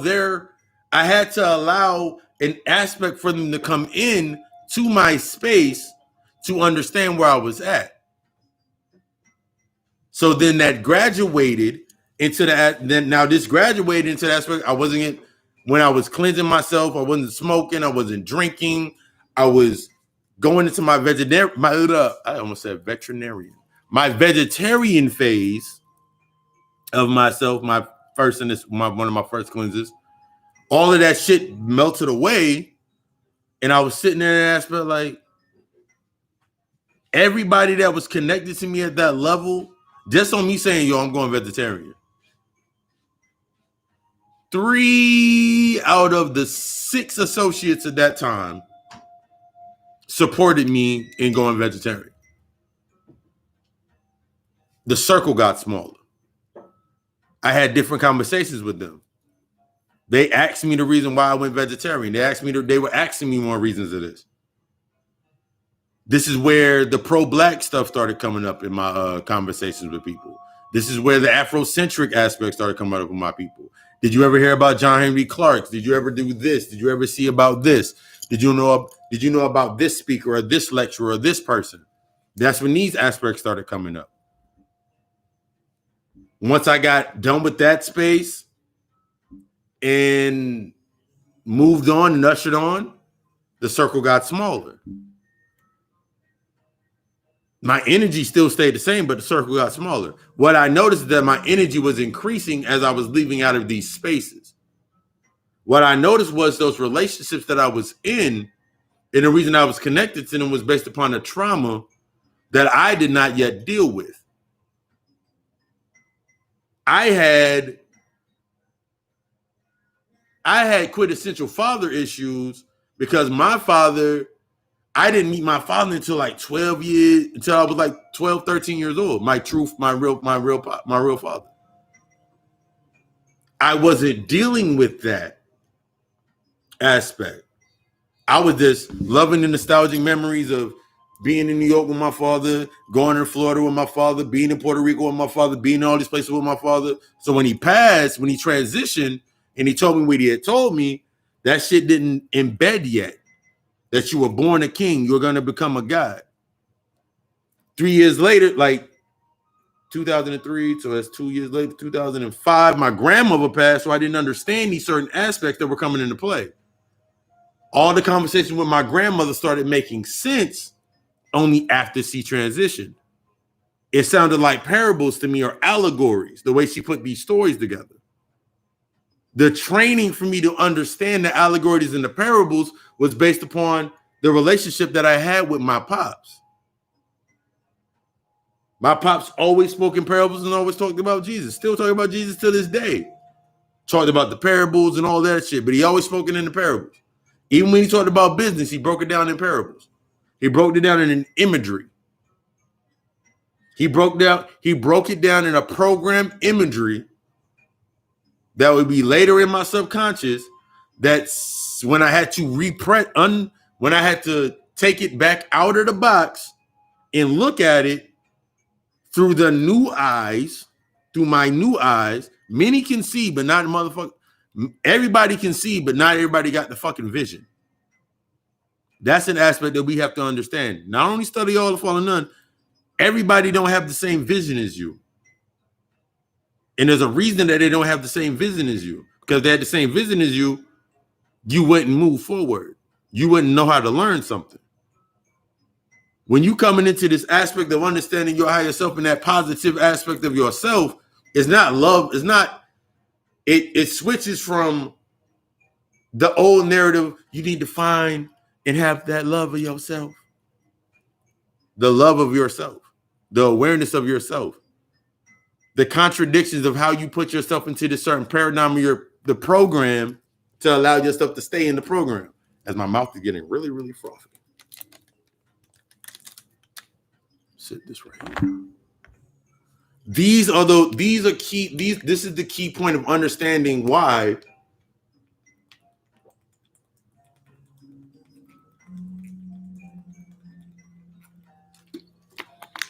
there's 2 reasons. And this is how you feed from the energy. 2 reasons how you feed from the energy. Just like you need the believer of deities and something coming from the sky, you need that energy so you can bring your power down into yourself. That helps. That would become negative to you based on humanity is what will help connect your positivity to your energy and your encompassing of your knowing. If you're not humble to yourself, then you find yourself in a position trying to debunk everything that came before you instead of trying to learn or take the interpretation and learn it and take it to the next level.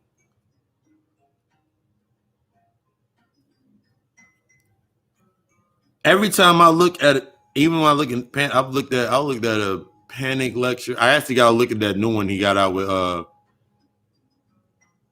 fuck is that nigga name? That one he got out with Black Magic on Black Magic's page. I got to look at that one. But to take the aspect, every time I look at it, I can laugh at it.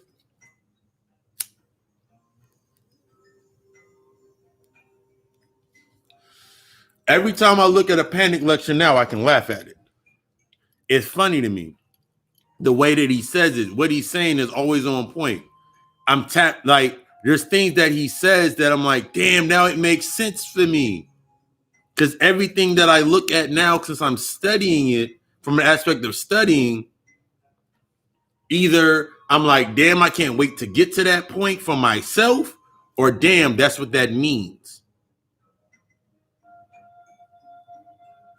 That's the so you need the believer to be the knower, or how else do you know? You need the archetype of the motherfucker that's stuck in oppression and struggle, so you become the example of what it is not to be oppressed and not to struggle. They dumb it down, like take an aspect of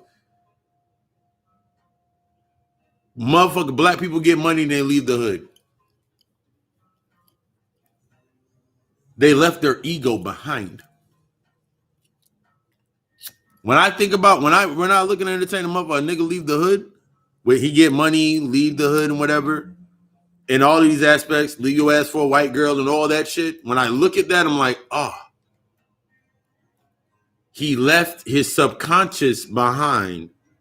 Either he left his subconscious behind, and now he's moving with full ego. So now he needs a reflection of his ego, i.e. the white girl or the white man. Refracting your light, boom, your ego. You are the greatest ever. And then they listen and they understand me. It's because they're in an aspect that they need something from you.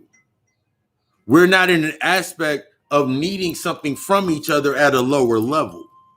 When you're going based upon, here's the aspect of based on trauma. Based upon trauma and not dealing with shadow work and not dealing with trauma is the aspect of why our queens that are unhealed act the way that they act and speak the way that they speak.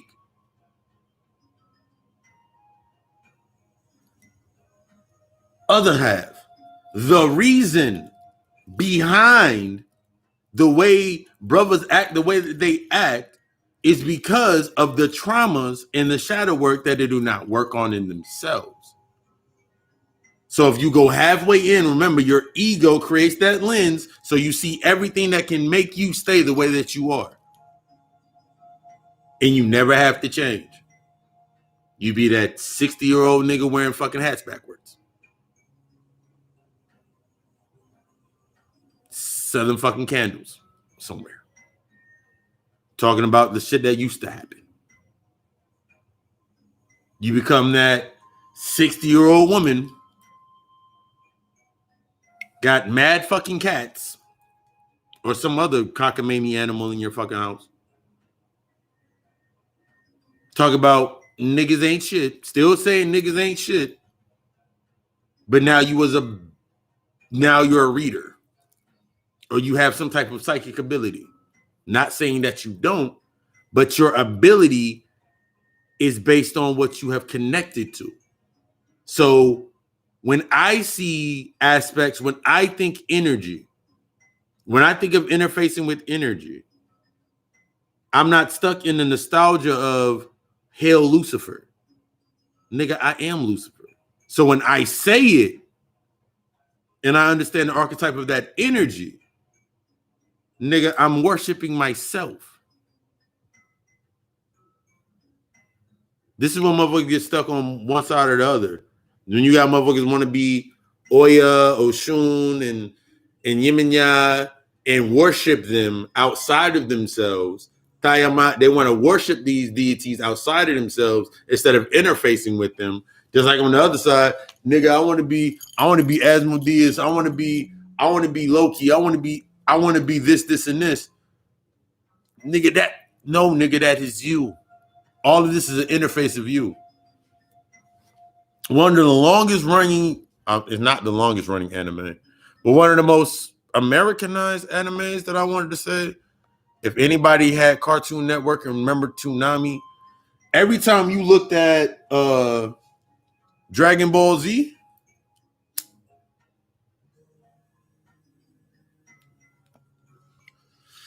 they've been talking about us the entire time. Every time you watch Dragon Ball Z, they was talking about your ass.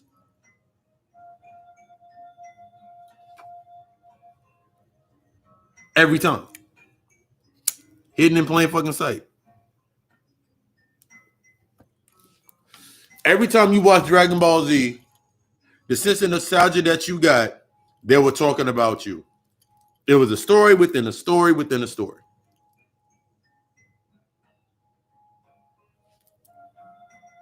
From Frieza saying ain't no monkey beating me, Frieza Cell was actually your actual perfect monster self. But Frieza was the carbon copy, or that's why he was white, then he became gold, because he thought gold and money made him seem better. That was the aspect of your broken down behavioral aspect and having power, but not knowing how to harness or use your power to the full, not going through the full process. That's why when you look at Vegeta is aspects of your ego, and Goku is the aspects of your subconscious of letting go. Goku would be the shadow work, and Vegeta would be trying to hold on to everything and then trying to realize not wanting to let go of shit.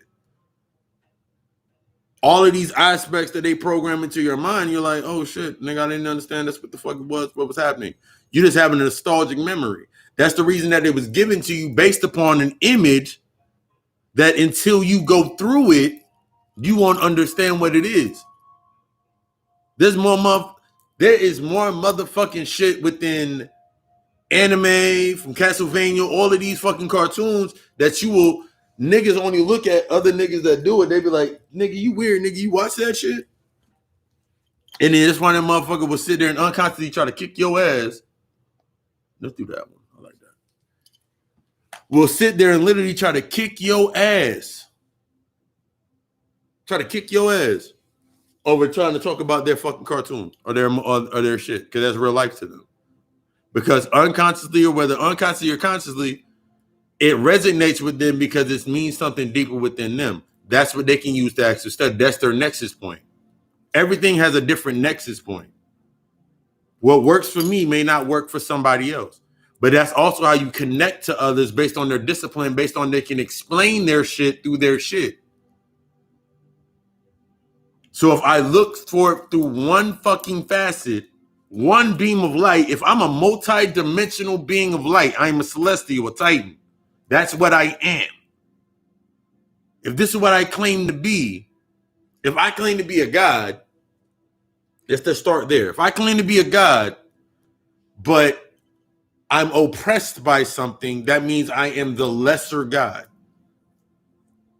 I only can see myself as the lesser god or that deity that is below me. Because I'm not getting what I want. Last time, God is a creator. God simply means creator. So it's cool to carry the title. Use the title all you want. Sure.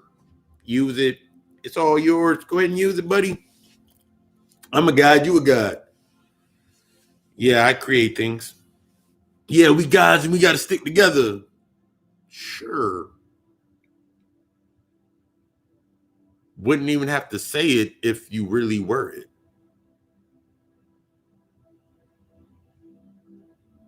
The last movie that I looked at was, what was it? Undercover Brother 2, the second one.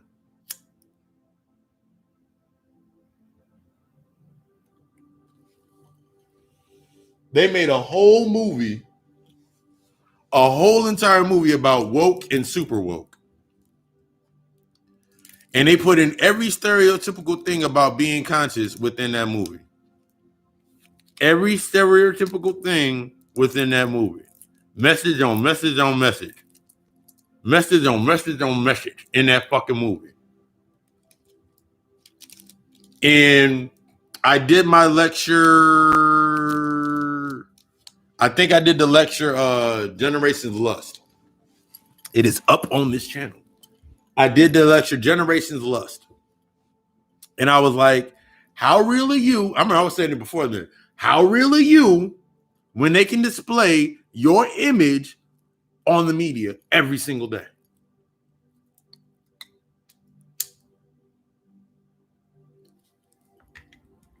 How authentic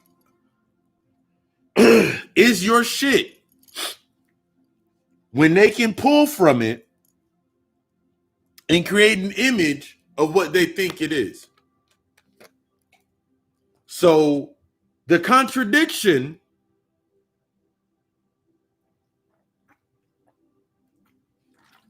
in saying that you're oppressed every single day and you're struggling every single day is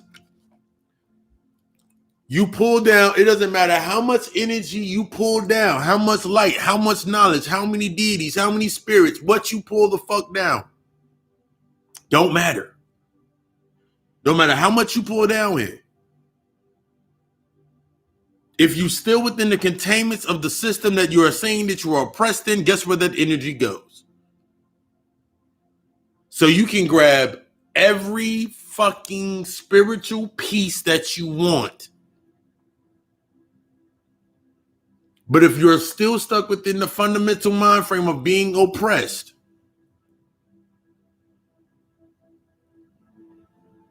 how the hell can you truly conjure anything? Another great book to get.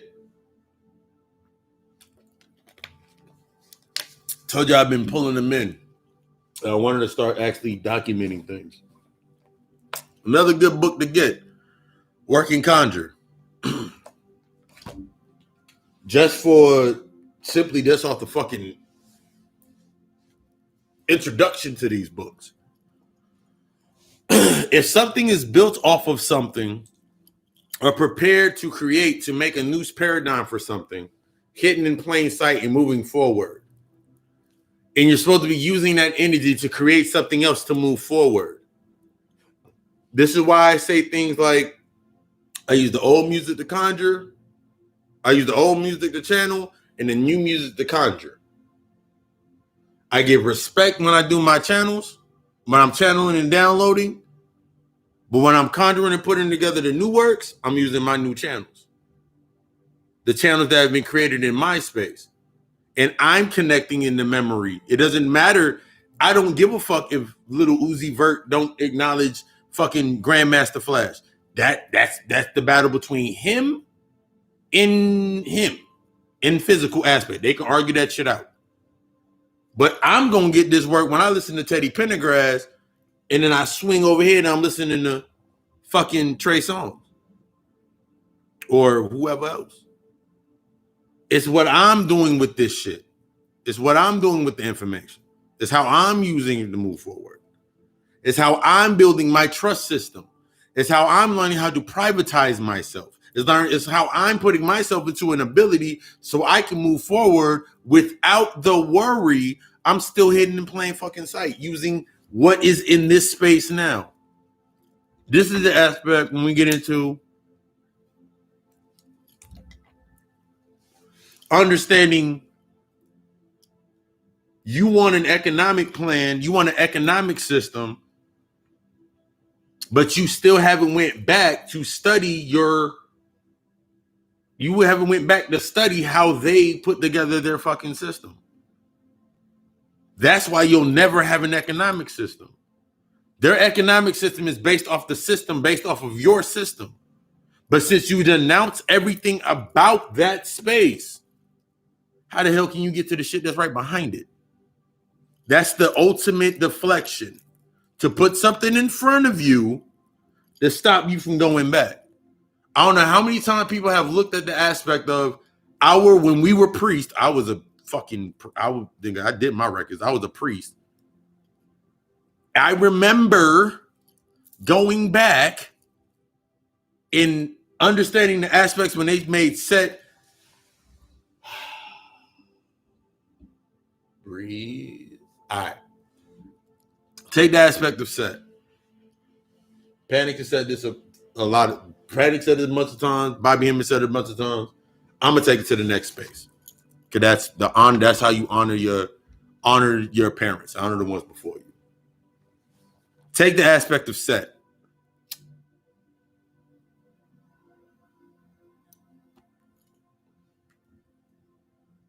Take the aspect of Set.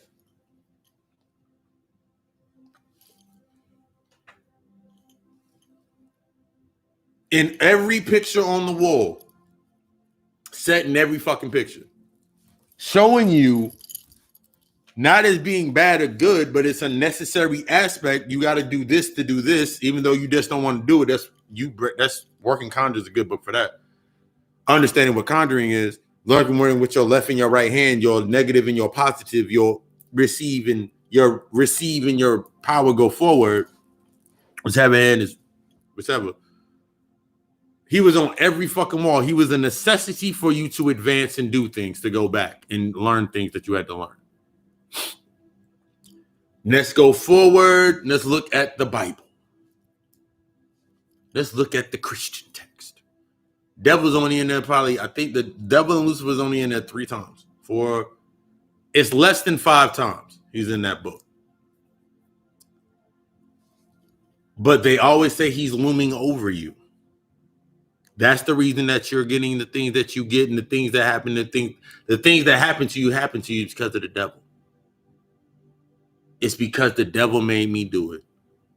So you made an external figure based on intellectual aspect that anything bad is under the devil. Anything bad is under the devil. So we take anything bad is under the devil, and then there's more. Then we make everything dark black. Everything that's dark or black is bad. So we have everything that's dark or black is bad under the guise of the devil. The devil is Lucifer or the light bearer.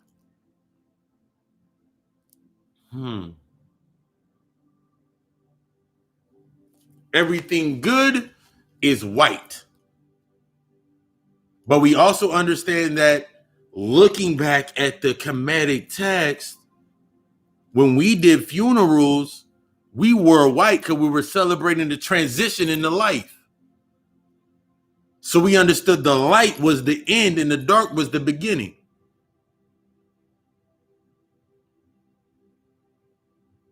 So there's more. So then we take the light and the dark. We understand the dark from the dark. Let there be light and all of these aspects. And then, what the fuck was I saying? That's how the spirit gets gotten into that shit.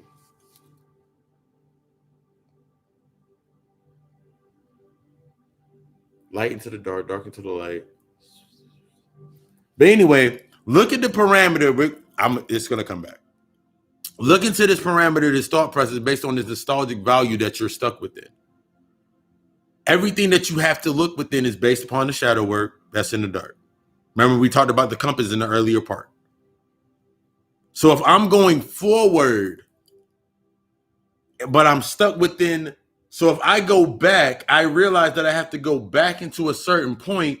The things that they would say would be bad, and the white man is everywhere, and the white man, that's where we were at. The white man is everywhere, and they're always in your face. They're a necessary aspect for you to learn from. Because as a priest, in the priesthood, we understood, just like when you look at any cultural science, when you look at any culture, they take the good shit they can use for themselves. They have an intellectual, they can use it as intellectual property. And anything that they do not understand or they cannot ascertain from, they make evil. They make bad. You're so far ahead that you fucking behind. The white man is your set. Everything behind set is what originates to where you need to get to. Instead of us, we have all of the light aspects. We have all of the Ra's. We have all of the Ra's and the other side. We have all of the light aspects. Now it's time to get into the darker aspects. The darker aspects, based on trying to stay within this level and build something new and create something, that's a necessary piece for you to learn from. You're not building for equality with them. You're not building for equality or to sustain this level. What you are pertaining yourself to is programming your own mind within the financial aspects, because you understand finance is congruent, or the financial aspect or money or economics is currency or energy, is synonymous with the energy within your system, your chakra system, your entire energy system. This takes you into the basis of, once I understand my energy and how my energy works, and I can set the parameters for how I use my energy and how I put my energy accounts out, now I can align myself. Oh my God, now the financial shit makes sense. Now I know why I can save money faster, because I'm not doing this aspect. Oh shit, now that I'm saving money, let me think about these fucking investments. I can't think about investments until I'm done investing. What if I have a blockage based on wanting to learn how to invest, or fear into investing into things because of what I'm investing my energy into now? So if I'm investing my energy into clothes and drinks and bottles, how can I go deeper? What about if I invest into the alcohol? What if I invest in the Patron? What if I invest in the Ciroc? What if I get investments within these companies? That way, at least as I'm drinking and I'm partaking in it, even if I'm using it, even if I got my rum sitting over here on my fucking altar, I'm looking for the investment code for my rum. So it has a dual part. I have now engaged myself into a duality of myself. Now, everything I partake of not only has spiritual, they mirror each other. So everything that I do mirrors itself. Everything's within that mirror. Now I have now my spiritual and my physical match. Now the energy bounces back and forth and it hits me, and I'm charged. I'm doing everything I need to do. I can create new bodies of work and new bodies of light. I can actually have a conversation about money because I'm not thinking about oppression's not on my mind. I have the uncomfortable reminder of humanity of why I don't want to be oppressed anymore, or why I don't even want to think about being oppressed anymore. Let's think about making money. All right, cool. Now that I've thought about making money, I got my investments, I got my investment portfolio together. All right, cool. How do I go forward with this? How do I turn it into this? How do I step further and further away from my humanity and not become miserable while I'm not miserable at all. Think about the aspect of most religious people. They're some of the most depressed human beings on the fucking planet.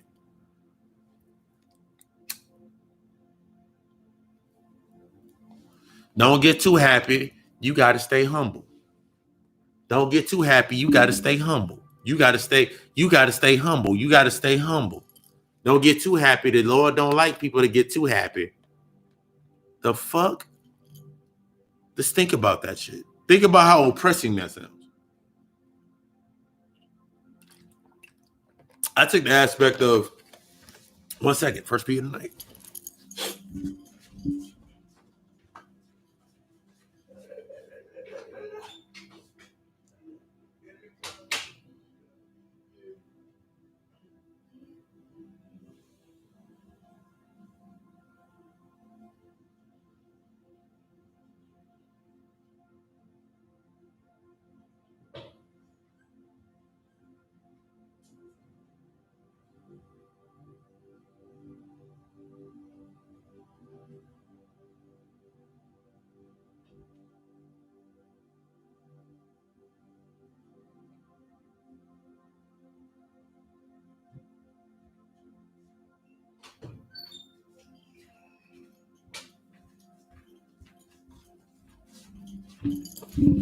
I remember this when Bobby Hemmett said it.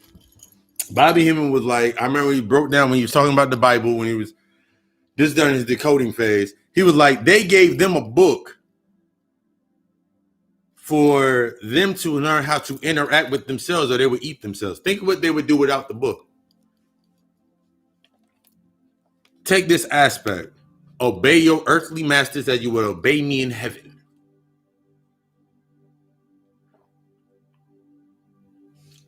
That is an allegory that can be broken down into 3 different ways. The first way, in it being an allegory, obey your earthly masters as you would obey me. If I am a God, this is where that part where you put your name in the book. This is one of them aspects where you put your name there. I am God. My higher self is the God, the Titan, what level I've gotten to. My body obeys me based on what I program it to do here on earth. So when I hear that term, I think about, now when I hear that term, obey your earthly masters as you obey me in heaven, I've created heaven up here. Heaven is my higher self. So now I'm obeying my higher self. I'm obeying my higher self, and everything flourishes for me. I'm not bound into an aspect based, it's not based on an aspect based on slavery.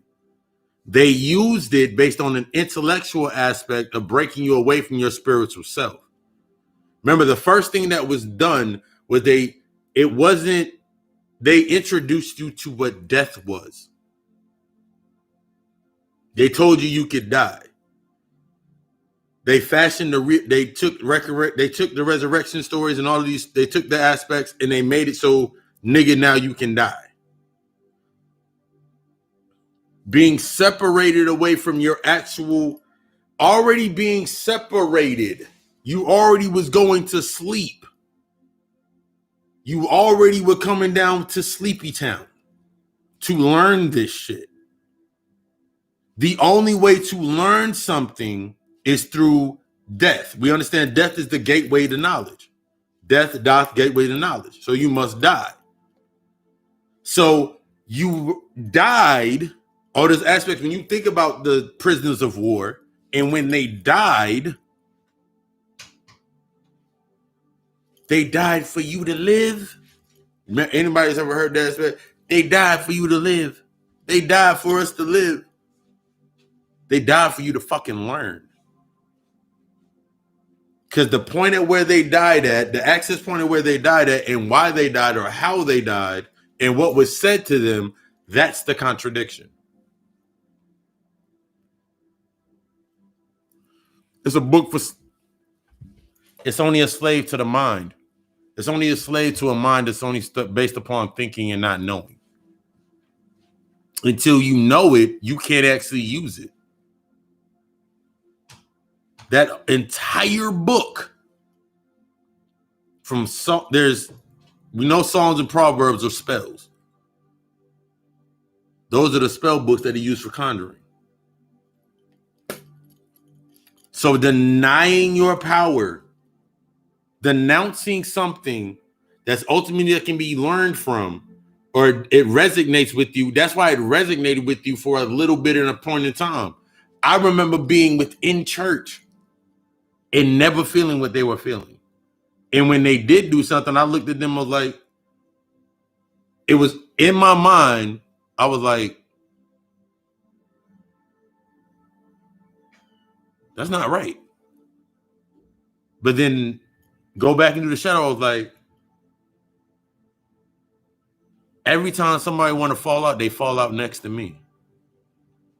Every time a motherfucker wanted to fall out in church or scream in church, when I did go the 3 times that I did go, they fell out next to me. I was like, wait, I'm a God now. And they were falling out because they had the power of Jesus in them or next to them. Nigga, they fell out because of me. This is you creating the scenarios to understand why you in those certain spaces in to begin with, to learn from something. Make it yours. You don't, The key to you tapping into your power and tapping in and actually cultivating your shit is doing it through every space, not through just the space. Your home is your once you're in order, everything aligns itself to being in order as it needs to be in order. And we're not looking at good and bad. We're looking at negative and positive. Remember, negative and positive serves me, doesn't serve me. This is negative, but it still kind of serves me. This is positive, but it still kind of serves me. You're looking at your new moral compass. So when you go into a position, when you go into a situation, this is when you start actually working with the energy that's around you and using it to benefit you, so you ain't pulling down all your energy all the fucking time. Because your energy is naturally cycling for you. Now, when you go into these other situations and you have now submitted yourself, Psychomancy and Psychastria, 2 great books to understand of that. Another great book. We got a lot of books.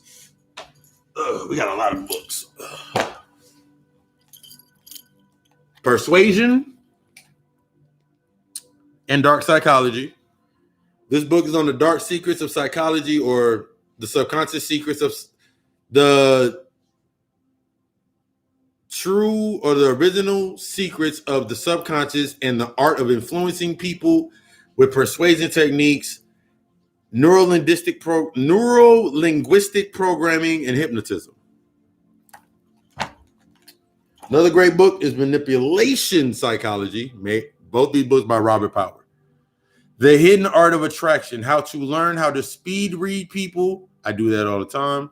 And Mind Hacking through the psychology of persuasion, manipulation, and the art of seduction.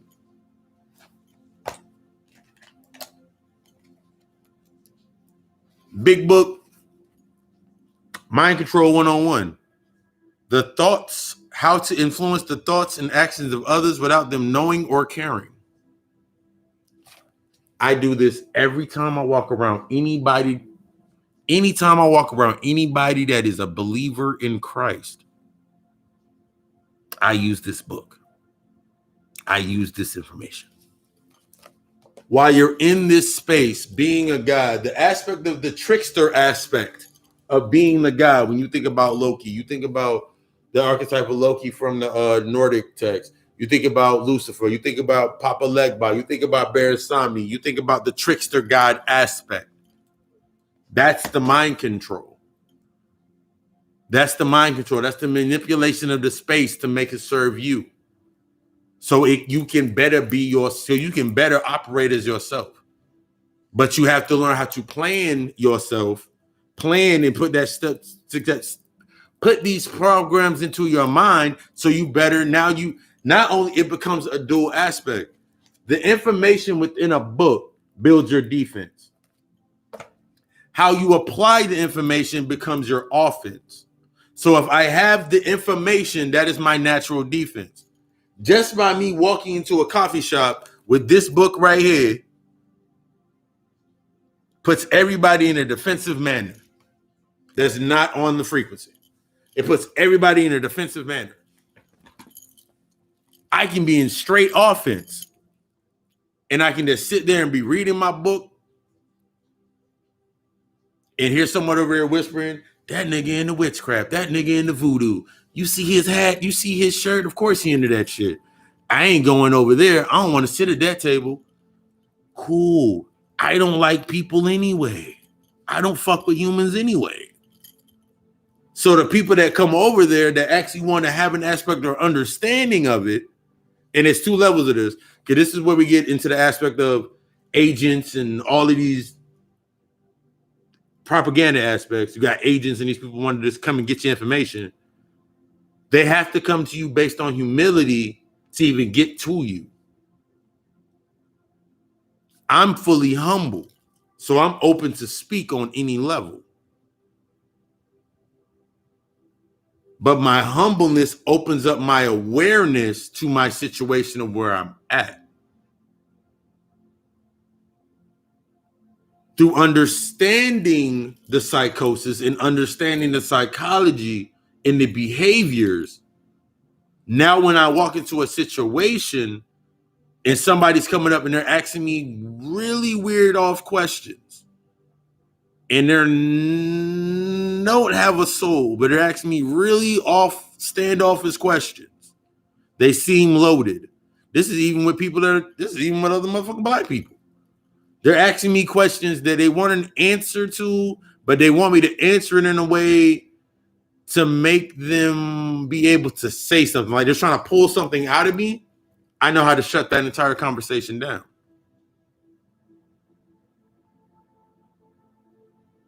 I know how to manipulate conversations so they never even be had.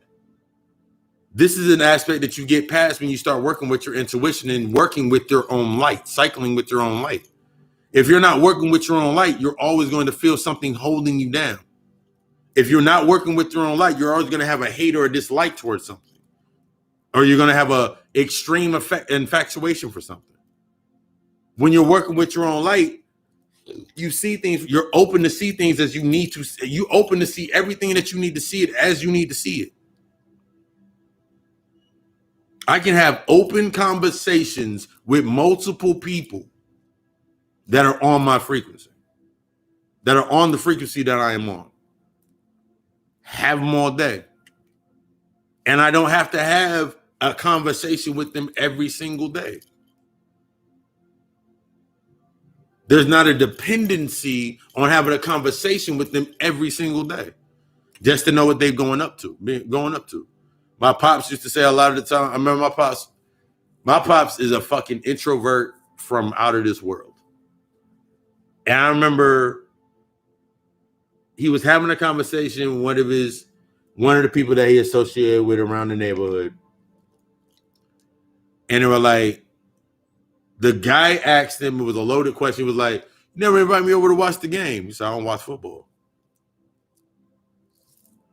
He's like, you ever watching Gunsmoke? Like, yeah. I was about another episode of Gunsmoke the other day. Never had me over watch Gunsmoke with you. He was like, why? If there was something that came up in the show, you have my number to my house. You can call me and we can talk on the phone about Gunsmoke. Nah, you know, like my pops always showed me unconsciously to how to harbor and guard your energy. What seemed as a control aspect was truly an aspect of, now that I have the understanding of it, it's in the aspect of protecting your energy. You don't see these things until you do that work. You holding on to the memory. My pops did this, and like right now, I can have a conversation with my brother. No, with one of my sisters, and they'll still be stuck on the nostalgic value of my pops didn't let them do certain things. And it wasn't until my pops was out of the picture for a little bit that now I have two twin sisters. One twin sister has 5 kids, the other one has 3. That didn't happen, and they didn't start going out again, Nancy going crazy, until my mother was in an aspect of she needed a ride somewhere. She needed some things to go. She needed a ride somewhere, needed some money. That aspect archetype was programmed into my sisters. My sisters then went and did that, and then they brought back. My mother was like in that Madame programming unconsciously, and she said my sisters unconsciously went out, found men, got with these guys. They didn't have anything other than a couple of dollars. Had the money aspect that my mom was able to feed from that, and that was how that feeding program was.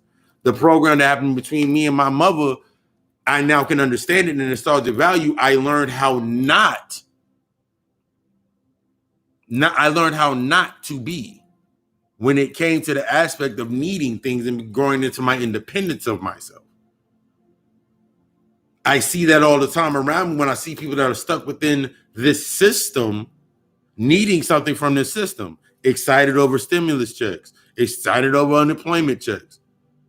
I wasn't excited over the unemployment check. I was excited about COVID-19. I was excited over the energy that streamed that shit in. Why the fuck am I excited about the effect why am I excited about the effect when I should be celebrating the cause? Because the cause is the true point for me to pull from. When you celebrating the effects, it blinds you and it gets you from the cause. So now when the cause is now highlighted, you don't understand the original effect, because every cause has an effect and every effect has a cause. COVID-19, nigga getting shot, that's an effect. What's the cause?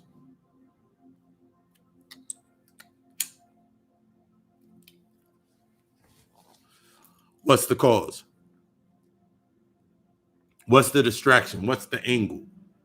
The angle doesn't need to be what I bring down in a channel. When you understand the channeling and bring your downloads, that's just not something to be understood by anybody else. You're not saying it to convince. I'm not saying anything that I say to convince anybody.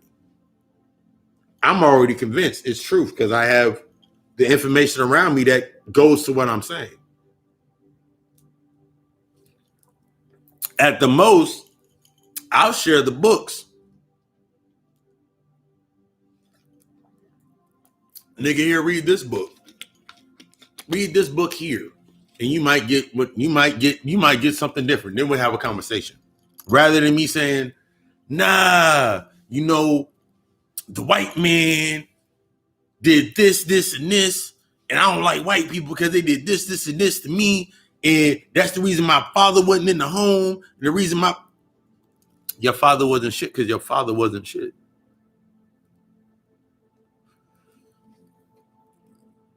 Your mother wasn't shit because your mother wasn't shit. Your mother wasn't shit because your mother wasn't shit because your grandmother wasn't shit. You have to be able to look at this shit without fucking emotion. The only way that you learn how to control your emotions is based on the trauma of setting yourself and hitting yourself with the scenario of maybe my mother wasn't shit. Why wasn't my mother shit? Because my grandmother wasn't shit. But why weren't they not what they needed to be, or what I perceive what a mother or a grandmother should be? What was the era in the environment that they were in that they had to perpetuate such aspect? What was the original cause for them to come into that aspect? Why did they stand within that aspect? Now that I have the cause, I now can study the cause and understand the effect to create a new cause. My grandmother was fucking heavy into fucking voodoo. Heavy into that shit. I remember there was conversations. I wasn't trying to listen to it. My pops would tell me that my grandmother was heavy into voodoo. And then he would go into the stories about witches and the witches that were in the Bible and all this aspect. He would go into that religious aspect to kind of diminish the witches, but witches are real. And he would always say, your grandmother worked roots on people. But if he gave me the fundamental based on religion and it said my grandmother was a witch, it would automatically kick out my grandmother being a witch. Or that would be bad, so I would not remember my grandmother. But I would have conversations with my grandmother all the time.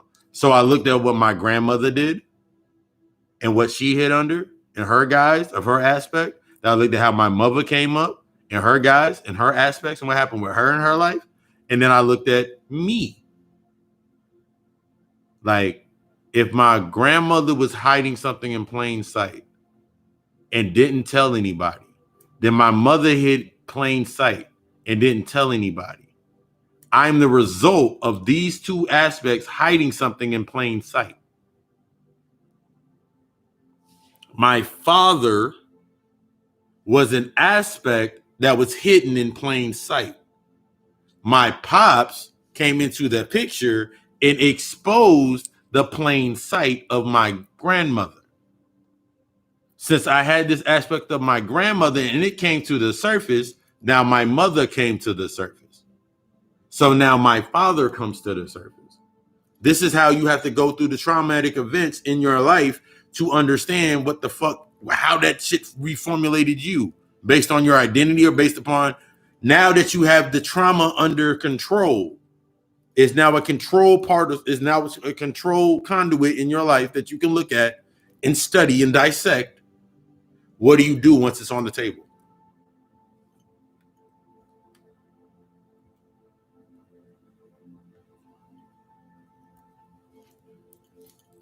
I just thought about this. There's a funny part in the T.I. and Justin Timberlake song when Justin Timberlake is singing that fucking hook, and it's hilarious to me now.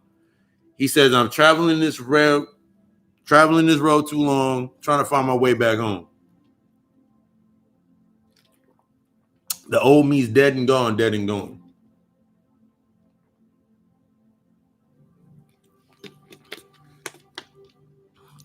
New music to channel, old music to channel, new music to conjure. That's the greatest song to conjure to. Because now I can use the mindset of encoding through my dark psychology and mind control. I now can use this aspect. These are the training exercises. I can now use that aspect of trying to find my way back home. Old me's dead and gone. And I'm looking at that song was on T.I.'s album after he came out of jail the first time. And then T.I. was becoming T.I.P. No, T.I.P. was coming. T.I. He was going from Tip to T.I. the more gentleman aspect, the more civilized aspect of archetype of human for mankind. And I'm looking at Justin Timberlake singing this song. I'm like, the old me's dead and gone, trying to find my way back home. That is an aspect of the old me. What can I study from the old self of that aspect of why it's been placed there? It's not about debunking or saying, see, they put it in the music. Like, I looked at a post on my YouTube before I actually got on. And the baby and whatever chick he was with on the damn shit was that apparently she wrote a cryptic text. And she had her hands up like this. Now, all of us in this room right now know what this symbol means. Don't mean nothing bad. There's nothing bad, nothing negative. But one of the dudes in the comments wrote, they put it right there in plain sight and niggas don't even realize it. He was insinuating or encryptifying that it was a satanic symbol. So he made it said it was bad. See, they into that evil shit. I'm looking at it like, nigga, that bitch just said peace. To me, that's what that's one aspect of what it means to me. So when you go looking for something, you always gonna find it.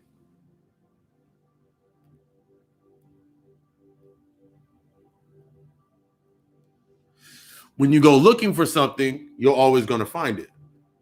When you deny the aspect that we're going to go look deeper into something, this is where you create the natural fundamental deflection.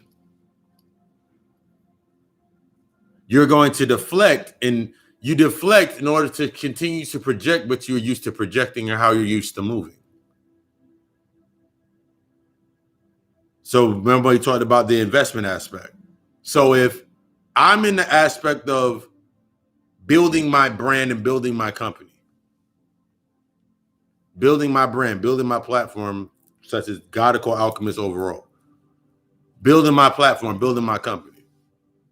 Every given moment, I remember when I first thought about it, and I knew I was going to be going deep into mental health, the mental health and the aspects of the mentalities of our people as a whole, and that consciousness and mental health and traumas and all that shit shadow work. I put myself, or I remembered myself already doing this many, many lifetimes. So now I'm doing it now. So I'm invested into my craft and platform content for my company, for what I do. The moment that somebody said, we need to address the mental health issues in our communities, does anybody know any therapist? Or are you a therapist? Do you know any therapist? They posted it on a page. Whoop. I already invested in the website and all the information. Boop, popped it up in there. I got 50 inquiries, and I got, from those 50 inquiries, I got 25 calls. From those 25 calls, I got 10 consults. From those 10 consults, I got 8 people that I'm going to be scheduling for their sessions to start working on themselves. You have to put yourself, as you're cultivating your purpose, when you're cultivating your purpose, your passions are already there. Your love is already there. When you're cultivating your purpose, all you got to do is, it becomes copy and paste when everything's in alignment. If I went into the mindset, and I know this for a fact for myself, if I went into the mindset of doing traditional psychology, the traditional aspects of psychology, insurance programs, and all that shit, the shit that I do,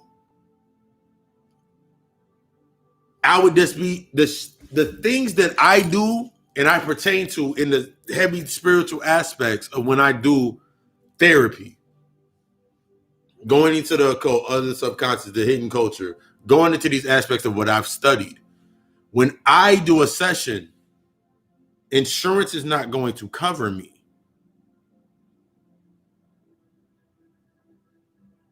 I know this. So I have to set my parameters I have to set my parameters to fit within a space to make it easier accessible to come to me, in setting more humility to set that bar. As it increases, I can increase.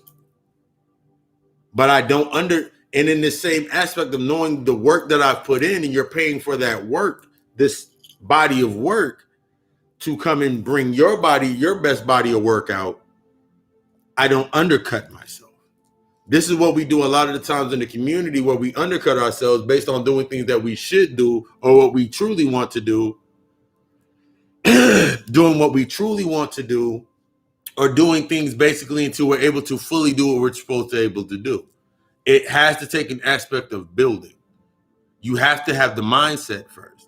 There is not going to be nobody's going to sit here, and if you look at the regulations of a bank, take the regulations of a bank, all of the regulations for saving and checking and loans and all of these aspects. If somebody were to make a fully financed black bank right now, it was not in the mindset or the mentality to teach financial literacy based on that banking system, on this banking system that they've now created. They're going to end up having to do what the original system did anyway.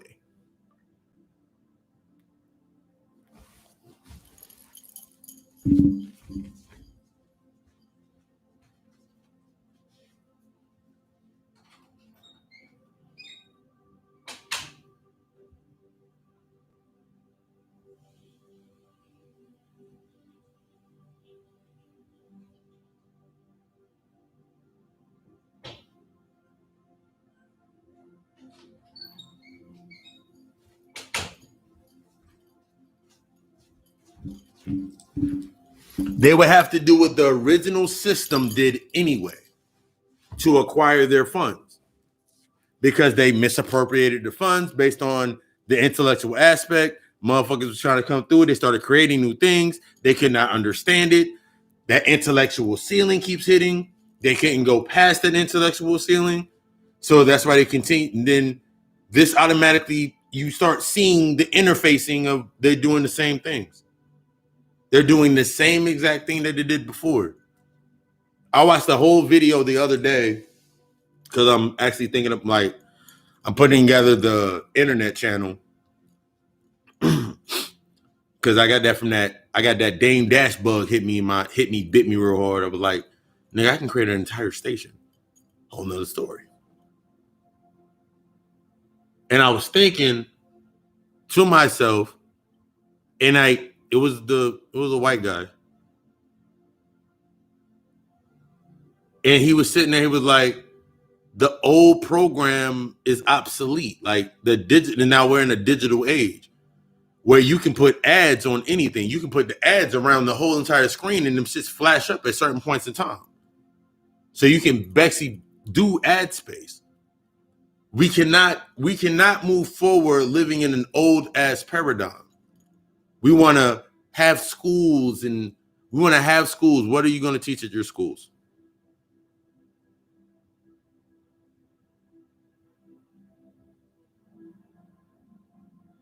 What are you going to teach at the school? Because the school is the mind aspect. Okay, cool. You want to build a school. What do you want to teach at the schools? What program are you going to teach at the schools? Within this program that you're going to build within the schools, in the system that you're going to orchestrate within these schools, what is the basis of the schooling? I remember I was reading on homeschooling a long ass time ago, just because it was interesting to me. You can create the entire curriculum. So why hasn't anyone actually created a true curriculum of homeschooling for their own kids and their kids around in their space, and then make that the example? And then from there, just like when I said the housing aspect earlier on, take that aspect and that's also a big thing. You have the patience to teach children. There's an aspect that you have to ask. These are things that you got to ask yourself in the beginning. Do you want to teach kids? Do you have that patience? Do you have that? Do you have can you build the narrative and build a curriculum and stand by the curriculum and understand that the kids, at first, your mind has to be in the space of reprogrammed in order to reprogram something else. Your mind got to be out of the program of oppression and struggle.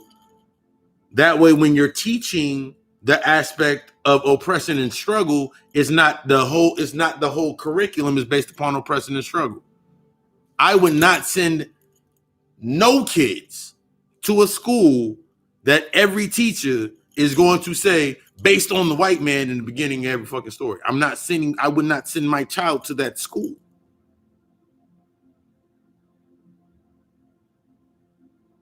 I'm not sending any child to a school that is going to perpetuate the same program or fract the same pieces of a program, and it's now become a mental illness. Oppression is a mental illness now. Struggle is a mental illness. It's a mental imbalance because we know what we have to do to fix it. If you're steady in the same mindset, it becomes a mental illness or under a mental illness. It becomes a psychosis. And now we got to go through the psychosis.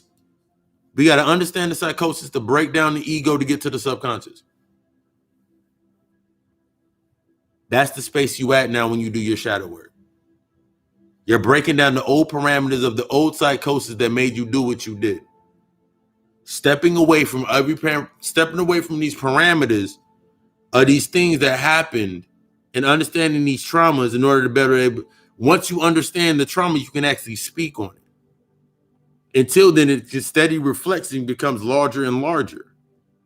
This is one of those things when I look at a lot of aspects, when I look at people getting mad at, like when I broke down when we did blackface, and I was breaking down the aspect of blackface and Black Lives Matter, and Black Lives Matter being the aspect of the same civil rights movement. Now blackface, under blackface, now you got the transgenders and the pedos wanting to make their way, and all this aspect is because you keep pulling down energy talking about you oppressed. So now they have something to hide under. They have something to hide their behavior under. The reason you shut down. As you shut down, you develop new behaviors to sustain at that level. Now that you're going back up, those same things that you developed to stay at this level, you have to understand to go to the next level. Their aspect of cell phones, that's telepathy. Sending, received, all through the mind aspect.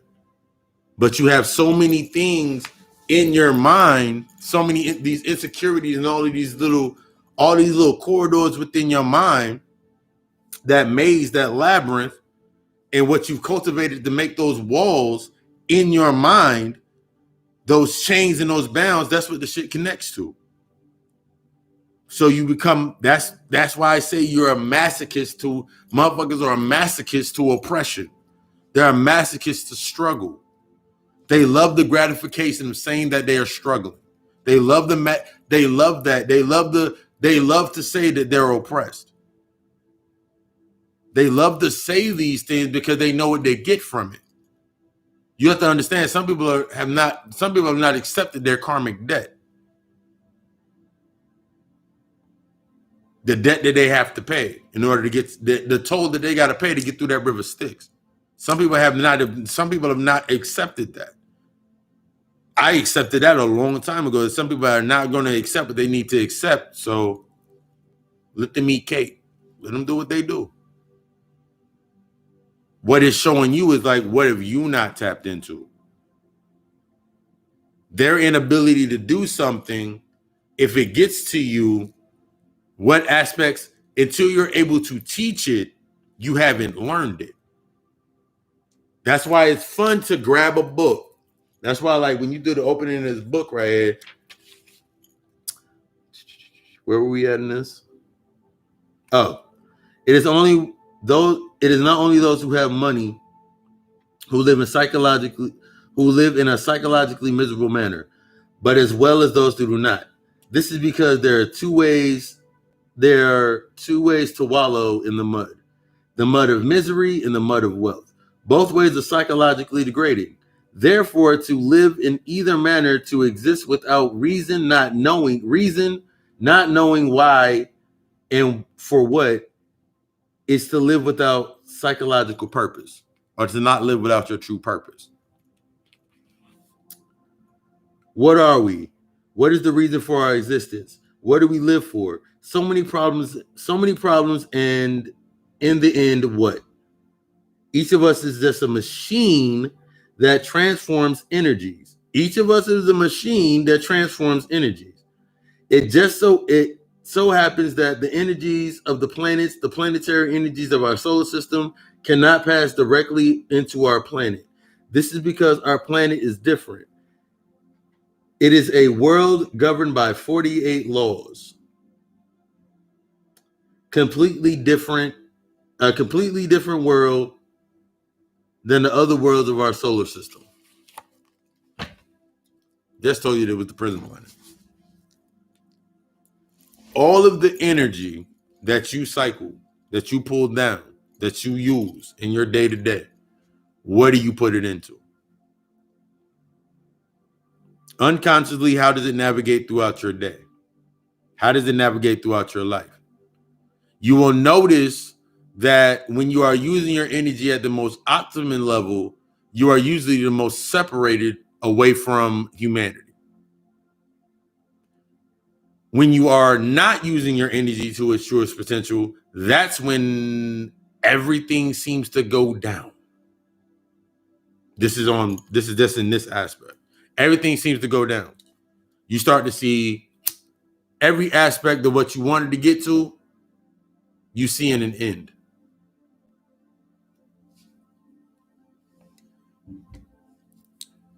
Are you willing to celebrate the end based on your humanity falling apart? The same story is always going to play out.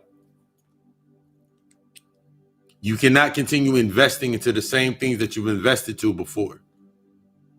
You have to change your program of how you invest your life, what you're investing in your life, how you're moving your life, what you're doing, what your patience, your overall new understanding the psychosis and the altered psychosis for what it was in order to understand what you are. The going back and forth, and at a point, like I put up, like at a point in time, there's just certain things that don't work for you anymore. There's certain things that just don't go down for you anymore. It don't work. It doesn't benefit you anymore. And that's when you know when it's time to walk away. The emotional aspect or the potentials that we see are simply potentials that we see inside of ourselves. The lack thereof in others is the potential for the more that is within us. It's showing us the lack, therefore, within us.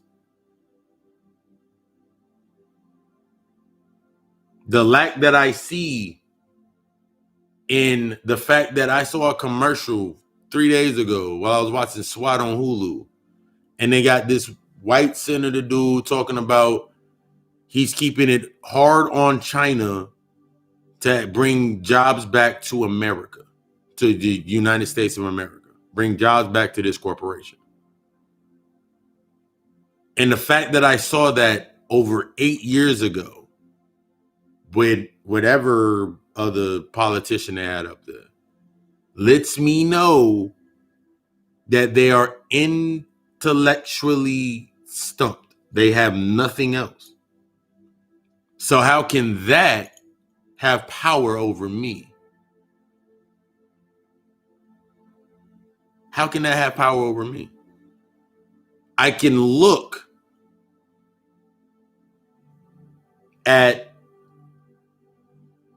and it's like, this is an aspect of true growth to yourself. When you just look at things and you're like, damn. It's like looking back, it's like finding your mother's Freaknik video. You're finding out your mother went to Freaknik and how she was. And then looking at yourself now, you're like, damn, I've done the same shit. It's not to be called out, to be like, you did it. It's an aspect for you to look at in reflection, like, at the same age or younger or older, my mother did the same shit based on the lack of understanding.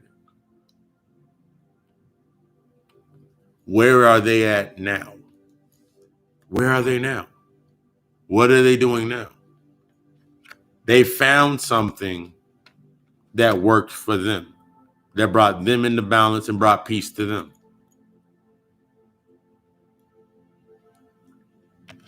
The contradiction is what works for them doesn't work for me. That's how you move forward. That's how you gain your foresight.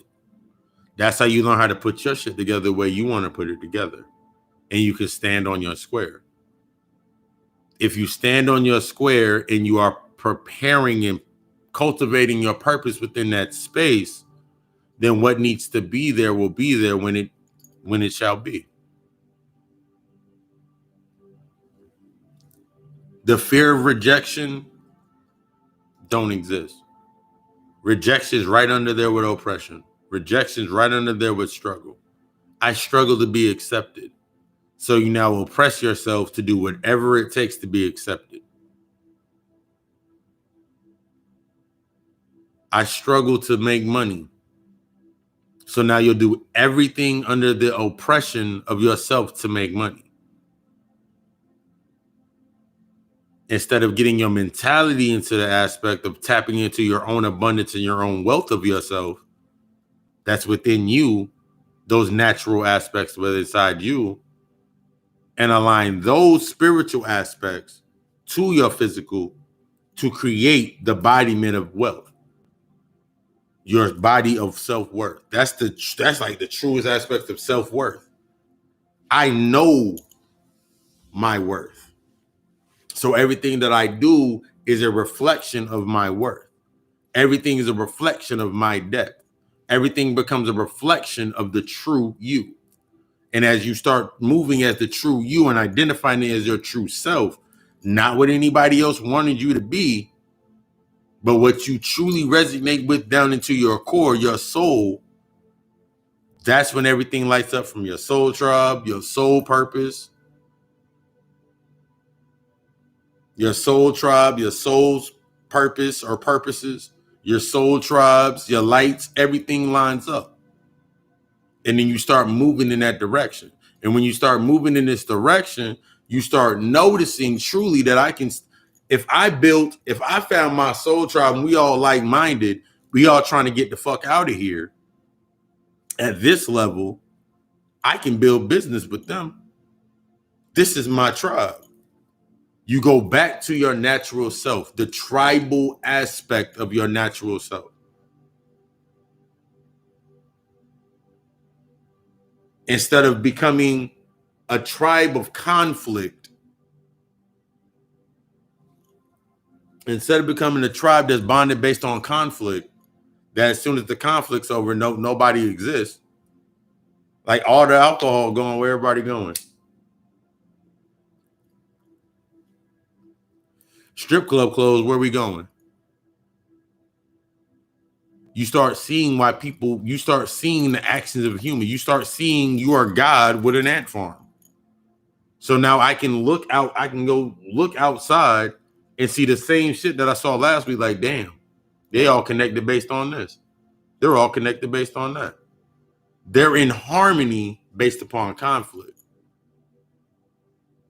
I have to move out of the heart. I got to become uncomfortable with with the conflict.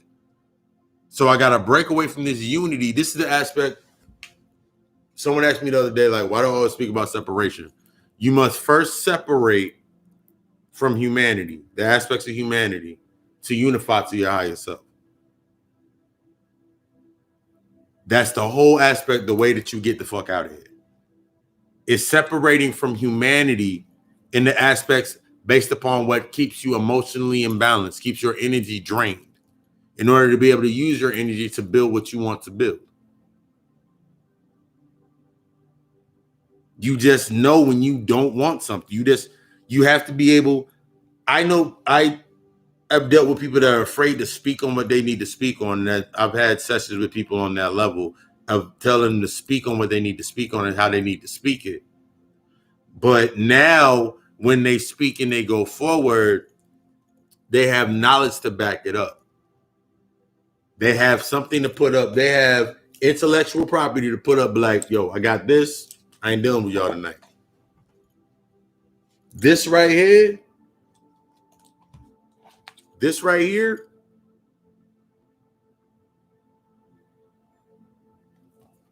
is your power source. Just this right here has power in it. Just by itself, it has power in it. Because somebody can read this title and based on their perceptions of what their ego wants them to think, they're reading about manipulation psychology. See, it ain't some nigga, I can't read no book like that. I rule the world. That's the intellectual aspect. This book gets me out of here. That's why it's in my possession. This book gets me out of here. That's why it's in my possession. Everything around me gets me out of here. That's why it's in my possession. I want nothing to keep me locked here. In the aspect, I want nothing to keep me locked within the constraints of humanity that I have not yet created not yet created a nexus point to be able to nurture it. My company is put together so all of my energy nurtures my company. So that's my separation or my shield. This, like Bobby here was breaking down, once you activate your melanin inside, once you activate your melanin, it creates that natural shield, your natural armor. That's my shield to everything else. Everything that's within my vessel, what's on me, you have to be at a certain level to get to me anyway. And now you got to be at another level just to be able to understand it. And that's naturally perceived that's naturally put together based on the frequency. My energy speaks for me. I don't have to do anything. outside of I don't have to do anything based on humanity. I do everything within my higher self, my higher works. So I don't have to worry about how somebody's going to feel, how somebody's going to think. I'm not searching for likes. I said that on the God Hour show. I'm not looking for likes. I'm looking when I put out the information, when I put out the light, when I put out this light, the ones that are attracted to it are the ones that listen to it. They have a concept or an understanding, or they want to understand and go further. They have the aspect of listening to me, whether they've heard me say study all, follow none before, but whatever time they heard me say study all and follow none, they understand when they come here, this is a time to study. How are you taking the information and how are you going forward with it? How are you allowing it to impute? What are you allowing it to burn away? These aspects, these keys, these factors, these are those major keys and factors that are going to change your entire chemistry of how you move, how you walk, how you talk, how you act with people, how you interact with people, how you deal with people, based on how you deal with yourself.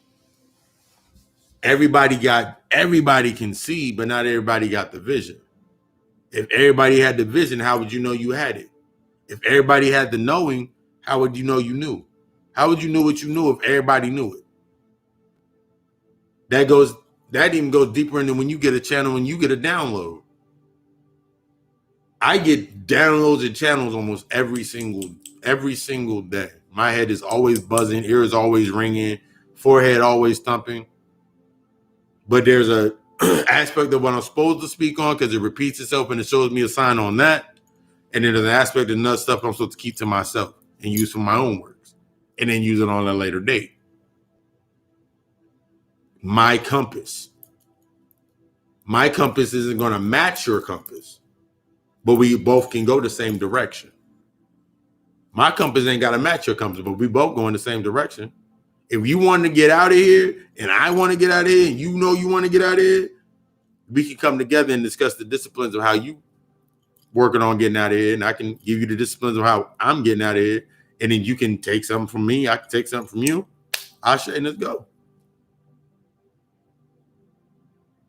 Every time I have dreams, every time I go under now, I see the bodies of light that are going to where I'm going to. Their universes are parallel to mine in my space. So I perfect my space. And then when I have conversations down here in this physical aspect, whether conscious, unconsciously, known or unknown, at that aspect of time, when I'm speaking like this, when I speak, when I give the lecture, when I do the podcast, when I give out the information, that's the aspects of studying my universe or coming to my universe, and your kind of universe is parallel to mine, and this universe is parallel to mine, and this is how we build that new aspect. If we're doing that in that mental as above, so below, we're working on ourselves as within, so as without. Now, when we make that step and we make that forward, this is how you move in that collective consciousness. This is how you move into collective enlightenment. Everybody got that talent. I ain't looking for nobody to do what I do, because I do very well. Humble as fuck when I say that. I know others that know what they do and talk about what they talk about very fucking well. And that's their aspect. So when we come together and have conversations, they're telling me about their aspects, the stuff that they know and what they build on. And I'm telling them what I build on. What we're talking about is discipline. That's how we're interfacing. That's how you combine and that's how you connect. That's the like-mind aspect. The like-mind aspect is not based upon it should not be based upon the trauma. It should be based upon intuition. It should be based upon something higher in learning. It should be based upon something higher, not something as mundane as you were oppressed for 400 years. That's known. Now what? Now that you were done this, now what? If I cannot acknowledge the cause, I'm bound to relive the effects over and over and over again. If we do not acknowledge those causes and learn from the aspects of what that cause showed us, and learning from that aspect, we're bound to repeat the effects. And that effect is going to set the new causes. You got a whole generation of people right now that are on Team Dark Side. As opposed to it was all light. Now you got a whole nother generation of people coming into the balance of divine balance of masculine and feminine, becoming truly androgynous. And now the dark, now that old light, which became now dark, now has to, in order for it to go to the next level from understanding light and dark, now that's what you stand upon. They've used it as their intellectual barrier for themselves. So now that their intellectual barrier, are you going to fight with them, or are you going to stand above them and give them the example of, oh, that's what he was doing the entire time. That's what he was doing the entire time. That nigga was building a bank. Follow Derek Grace 2 on Instagram.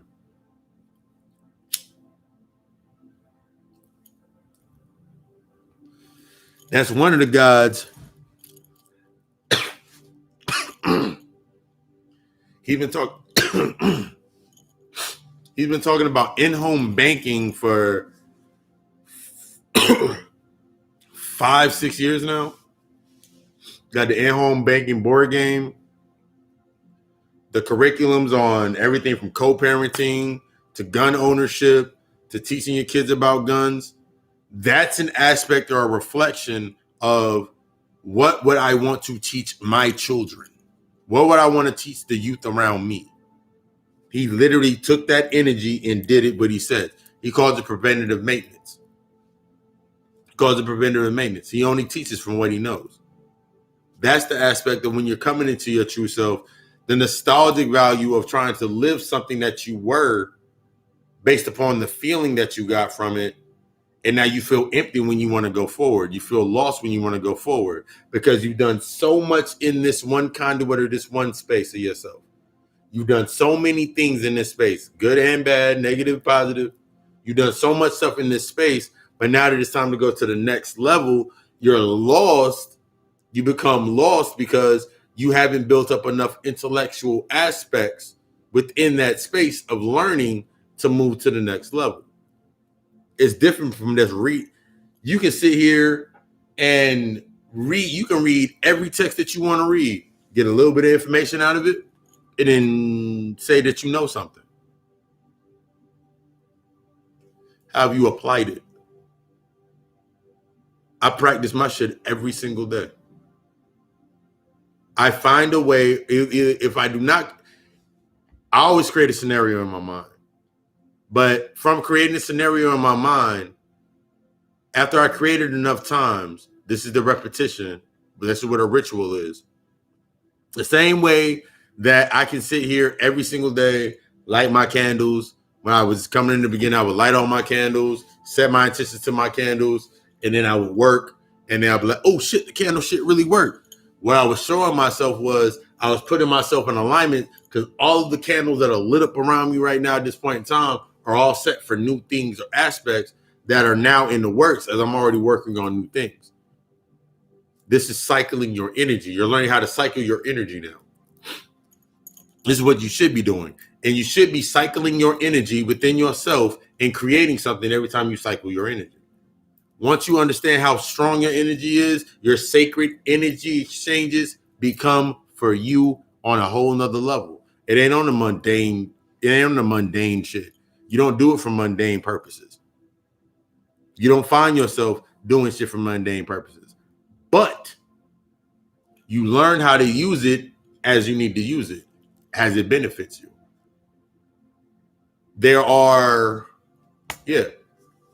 This is like, I remember somebody was like, we become so prudish or closed-minded to things based on an old parameter or paradigm. It's ridiculous. We get so stuck in this aspect of, oh my God, this happened over here with these people, and my mother was together with this. You didn't even know that your mother, your pops Why you think every time you have a family reunion, there's more and more people coming to the house? Brothers, sisters, cousins coming out the woodwork. Because he was doing what was naturally programmed in him.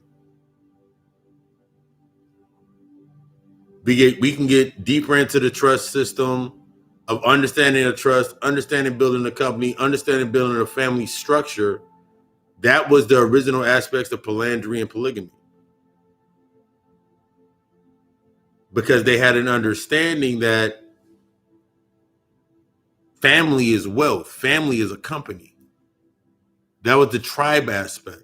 Before it dropped down to the tribal aspect. Remember, as we kept coming down to sleep. Remember, we started there as energy. This shit didn't exist. The constraints didn't exist. So the way that we interfaced, the same way that I interface with energy when I'm going to another level, the same way when in the beginnings when I was interfacing with energy and I went from, in order to understand Baron Insomnia, I had to understand Mama Brigitte. So I grew a relationship with Mama Brigitte to interact with Baron Insomnia. Till I married the two, because they were both halves of the same home. So that became an archetype of me. The same way when you look at the Lilith and you look at Lucifer and you look at all these aspects, that energy became me. Those deities, those energies became me. When I looked at Papa Legba and his aspects, that became me. When I looked at the Orishas and those aspects became me in the bonding. That's why every story, that's why you looked at fucking Shango had 7 fucking wives. Yeah. Shango had 7 fucking wives. He had 7 aspects of feminine energy. Each had a different aspect that connect to him.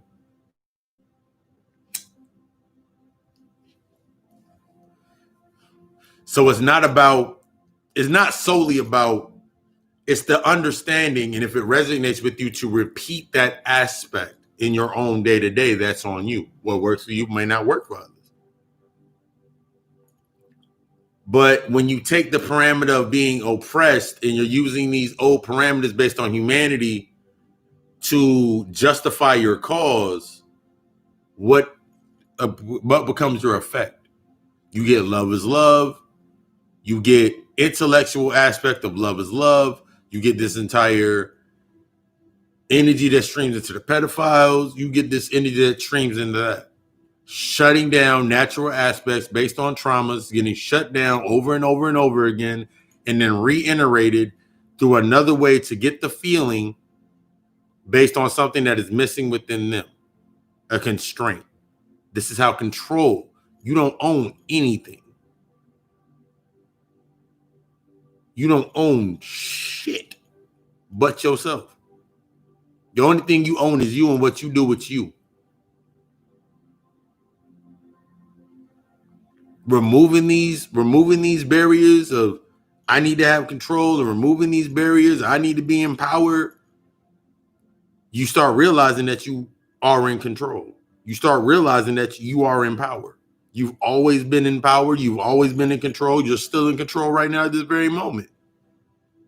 Though none of this stuff worked without you. But the way that you learn how to use it is based on putting yourself in balance. Because I know right now that they put out something right now talking about they're preparing some schools for kids to come back. And they're saying that the non-white kids are going back before the white kids.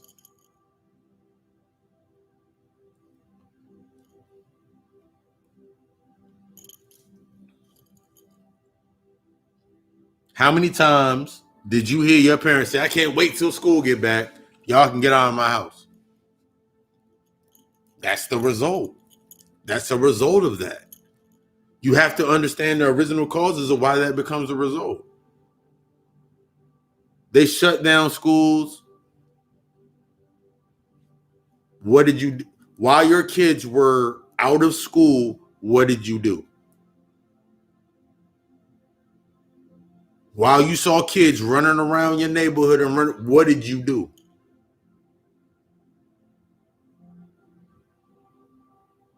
You got to be mentally ready to invest at any given point in time. That's the aspect of being ready or never. This is the aspect of you got to be ready or you got to always be ready or you'll never be ready. You're either on time or you late. A lot of people are now realizing that they're more late than on time because there's so many different aspects that are coming into play. How are you jumping into it? That's the only difference. Motherfuckers jumping into certain things. I jumped into, did it in there, jumped in there. And now I'm doing what I'm supposed to be doing because I jumped in. That's the aspect that you got to move into. How are you moving into your shit? You got to be here. You got to have all this in order before you can move forward. Or you're going to keep doing, you're going to pull down all that new energy and put it into the same shit. That's like me reading this damn book because I'm almost halfway done reading it over again for the third time. That's like me reading this book, and the first thing that I saw was we used it for oppression, and then the whole thing I carried from this book, from Working Conjure, was howling to make white people suffer, wasting my damn energy. Because once I pulled it down into that space and used it for that purpose, I got to continue using it for that purpose because that's what that energy's been appropriated for. Stop trying to pull your energy down to serve lesser things. That's what they do. Since you want to talk about archons and all these other entities, that's what those entities were created for based on your aspect of understanding what they do at the lower level. You created them to sustain this space, but also to learn from. Everything's warranted. Nothing's permitted. You keep what you kill. Go back and watch Chronicles of Riddick. Panic already told you it was a chakra story. Go back and watch Chronicles of Riddick.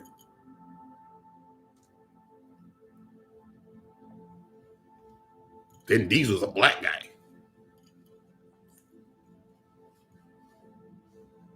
I knew that when I saw that man in Man Apart. When I saw him in Man Apart, I knew he was a black dude. When he picked up Shorty in Fast and Furious, I knew he was a black guy. The passion in that man's speeches when he was saying what he was saying, I knew it was a black guy. You got examples all around you. What are you doing when you got examples all around you? What are you doing with them when you got them? What are you doing with this energy once it's put into your hand? How are you investing into this new energy? How are you taking all this new information? What are you building from the new information? What are you building? Build and destroy, build and destroy, build and destroy. Generate, operate, destroy. Generate, operate, and destroy. You ain't a god unless you're generating and you're operating and you're destroying some shit. The God destroys humanity. The alchemist builds from the humanity. The occultist understands the humanity. The Titan gives light to humanity. From light to the dark, to the light, to the dark, to the light. What are you bringing to the light?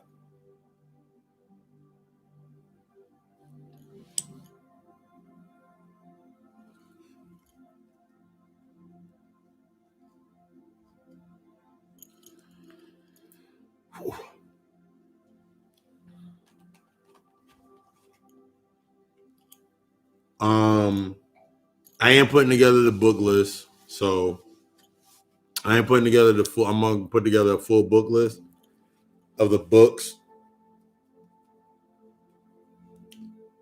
We're gonna be getting deeper into, now that we're deeper into this aspect right here, the entire build. If you have studied the lectures from the beginning till now that I've done, the way that I've done my lectures, the lectures have started all based on the mental aspect. The actual hidden culture is the subconscious.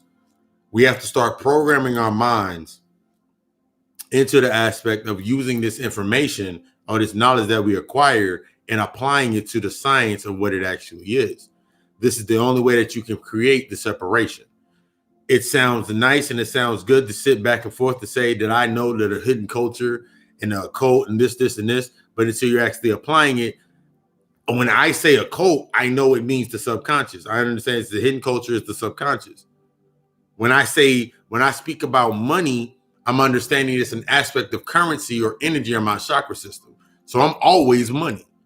These are unconscious programs that you always heard, basically, because New York is that spiritual mecca aspect. You hear, I'm money, right? You good money? You good? Your energy good? These are the aspects unconscious that you spoke. Now you're bringing them to light and bringing them to the source and connecting them to where they're connected to. You've already done it for millions and millions of years. Now you just got to remember it. By denouncing one thing or the other or picking one side or the other, you're shutting down key aspects of information that are left on the table. That's why it keeps coming back up, because you got to learn it. You got to step through it. Keys, you got to step through the shit. When I started the lectures, I started with the reaping. The first official lecture I started with the reaping. We're coming up on a year. The reaping, from the reaping to entertaining the siphon to every lecture that I've done has been an aspect of building up to this point. Now that we're at this point, now that I'm on, what the fuck you gonna do with it? What you gonna do with the energy? What you gonna do with your work? What you gonna do with it? Now we're gonna start building into the aspects of breaking down aspects of money and currency. We're gonna get into the aspects of the more mental health issues. We don't get into these deeper issues because we have a basis. We've had a basis. We just haven't been applying it. Now it's time to actually apply it. Very few come to the door. Very few step through to the door. Very few are going to sit down at that table, and even less are going to be able to eat. What side are you on? The ones that are going to sit at that table and eat, or the ones that are going to stand up around the outsides and serve?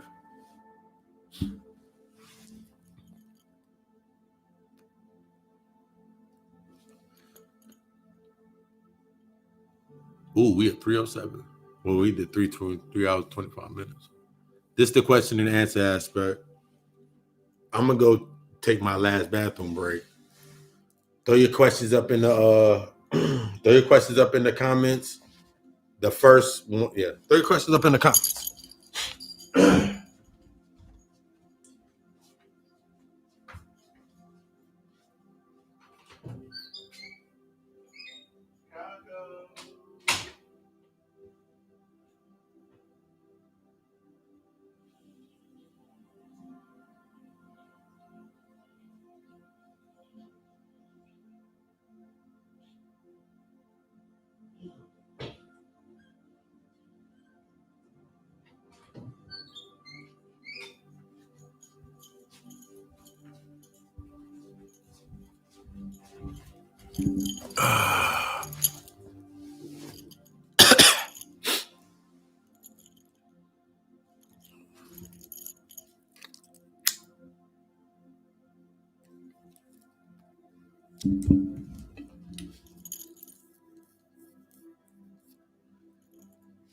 As always, 6 a.m. 6 a.m. every Tuesday. You know we do the God Hour podcast. This week's episode was Karma. I put a post up for the Godico Alchemist to the blog spot. You won't have to download the Wix app. You can just do it via the browser. The Dark Psychology books, they're both Robert Power. Robert Power is both of these books. Dark Psychology, Persuasion, Manipulation. There's actually a third Dark Psychology book. I don't have that one on hand. But yeah, Robert Power does both of those books. Powerful books. I listened to both audios. I remember going to the gym way back when.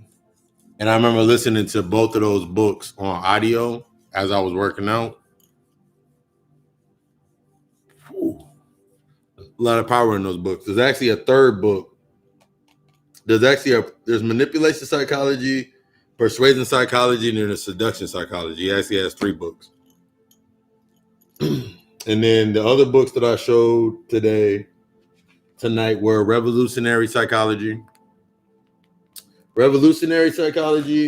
and Gnostic education were both by Samuel on Wheeler.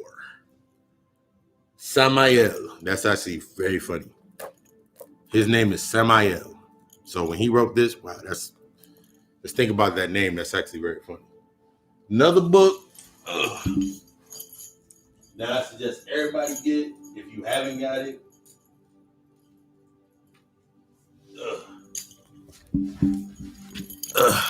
To add to your collection, just having these books on your altar of power. The Nag Hammadi scriptures. This is the revised incidents of the sacred Gnostic text. This is the complete 1 volume. And then I got the other Gnostic books coming through. The Gospel of Philip, the Greek Gospel of Thomas. It's all about that power. Just having these books in your possession, just having the book in possession, that's just one aspect of it. How are you using these books in your everyday life? How are you applying the mechanics of everything that you read? How are you taking yourself to the next level? These are aspects, keys, major keys to yourself. How are you using what you're learning?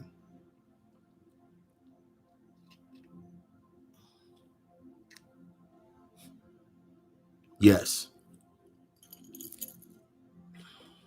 Yep. Revolutionary psychology. When I opened this book, this is actually my first time actually reading this one. This is actually one of the first texts that's actually kind of new to me. But like when he wrote it, as I'm reading it, I didn't even pay attention to the author. I didn't even pay attention to the author. But he's the one that wrote this book. He wrote Gnostic Education. Even on the front of this is such the most powerful thing that I've ever read in my life. Not really. But what is the value of accumulating much knowledge within our minds if we continue to be confused? What is the value of technical and industrial skills if we use them for destruction of our own fellow men? It is worthless to receive instruction, to attend classes, to study, if in the process of our daily living we are miserably destroying one another. Indeed, the true objective of fundamental education must be to create true men and women who, because of their psychological integration, are cognizant and intelligent. Book is for us. Do I have any 12th house placements? Let me go look over here in my other stuff. Wait.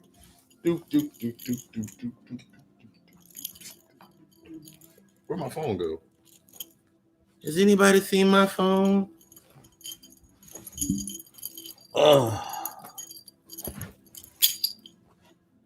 Has anybody seen? Where the heck did I put my phone?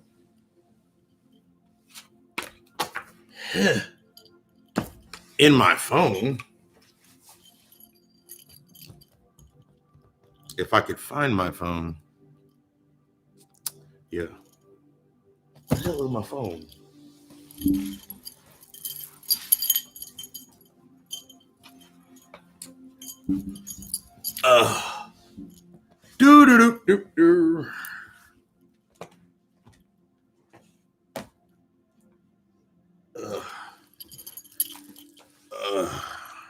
Found it. It was under the books.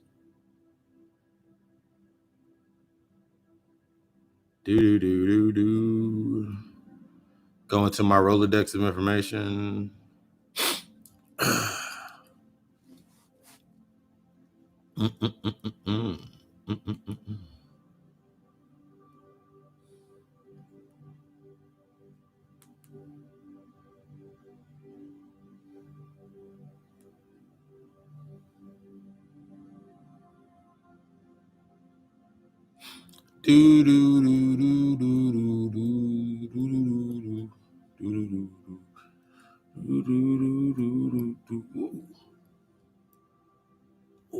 I forgot I downloaded this.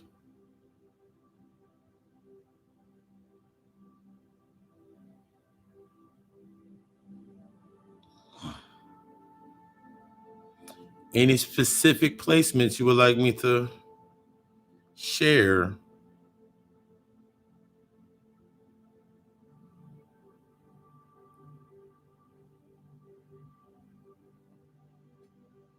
Transit to your 12th house placement. That's moon, hurt. See, I keep everything so organized in my phone. Hidden needs in 12th house always represents, we know how hidden needs and emotions. I actually wrote this up because I did a natal chart 2 days ago with this. The moon in the 12th house suggests may suggest unconscious beliefs that prevent you from honoring your needs and emotions. Perhaps expressing your emotion was not safe while you were growing up, or adults did not pay enough attention to you, how you felt when you felt and what you needed. As a result, you may have a hard time recognizing your own feelings, be they pain, joy, or a need to pursue something. If the moon is near a is near the ascendant, the expressions may shift into acting out the emotions without fully understanding them. You may adopt a caretaker persona while not fully being able to take care of your own needs. 12th house, moon and power, creativity, and vision. With the moon in the 12th house, the soul, or the moon, could be hiding deep within the realm of the unconscious, perhaps available in the form of images, dreams, creative inspiration. This is a fertile ground for visionaries and creative artists of all types. The moon, the 12th house moon also seems to indicate a desire to support others and make events happen from behind the scenes, especially if the moon is as far from ascendant. The people below are a good example of empowered in the 12th house moon. Visionary, painter, poet, William Blake's moon is in the 12th house. He dwelled deeply in the 12th house realm of unconscious, developing his own mythology. Paramahasana, the author of the autobiography of the G.O.D, Yogi, has a moon in the 12th house. His lifelong exploration into the spiritual realms was strongly rooted in his feelings and intuition, the moon. Abraham Lincoln, moon was in the 12th house. In addition to being a visionary, Lincoln was a government administrator. Yo, your moon's in the 11th. Heard. We can flip to that. Let me go to that real quick. Do do do do do do do do. The 11th. Boom. Y'all just lucky I got all this stuff was locked in my phone. I got it. Ooh. Moon in 11th house, negative traits.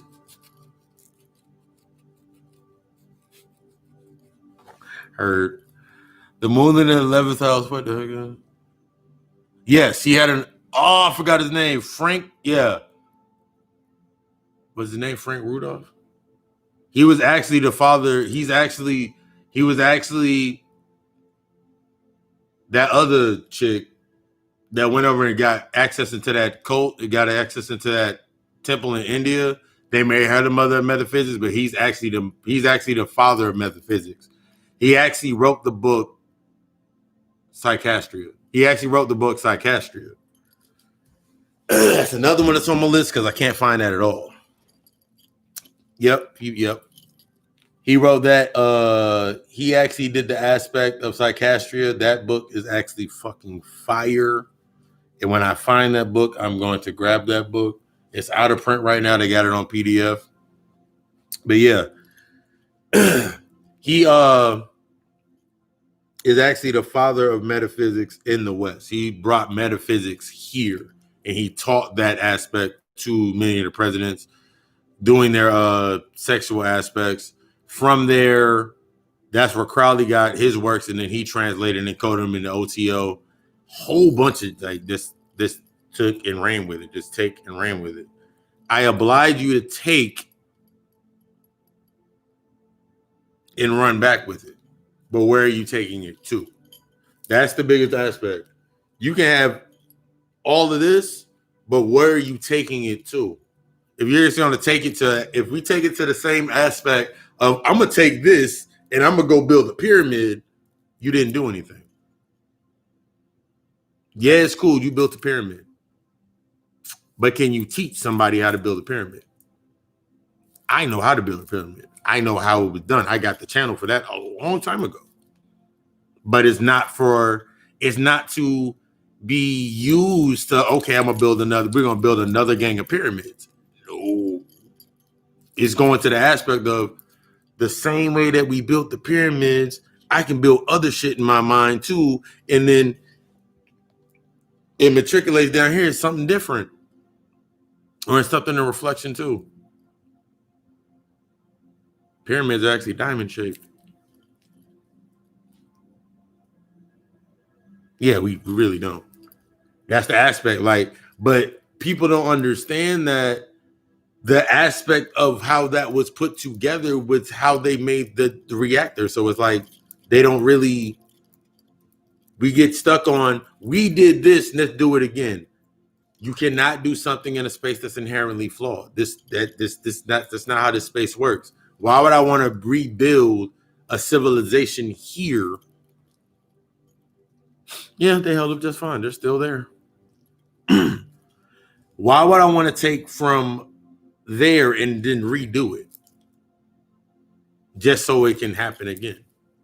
The aspect is creating your own space here, and then the way that you connect here is how it connects there, or the same model of the pyramid. It's a mental aspect. I didn't build many pyramids in my mind. Mentally, yes, of course. I built many pyramids. And everything that needs to be around me everything that needs to be connected to me based on my energy,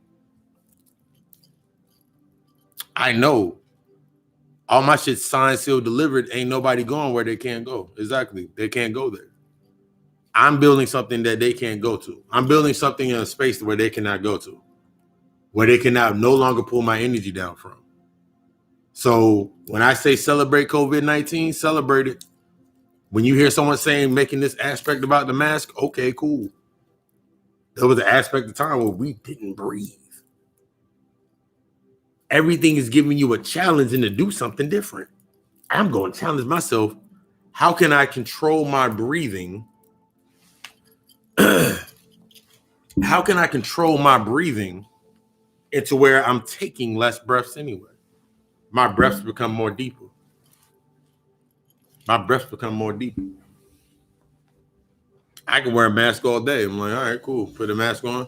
I was already putting on a performance mask when I was working out. So this makes me want to go order another performance mask. I got my hair cut last week. My barber had his performance mask on. Let me go grab me a performance mask. Change my air, change my elevation. Let me wear my performance mask while I read one of my books. Let me wear my performance mask and change the density of the air that I breathe. So as this shit becomes real heavy for them, it becomes light for me.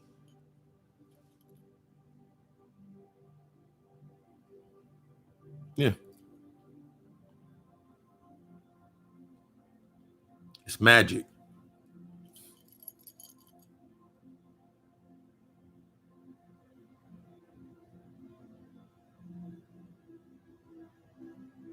Exactly. That's one of the aspects. She just wrote, man, this whole situation has been lit. Now I finally have a reason about samurai mask. That's the aspect of what you use this for. I put up a post when I had on my soul mask.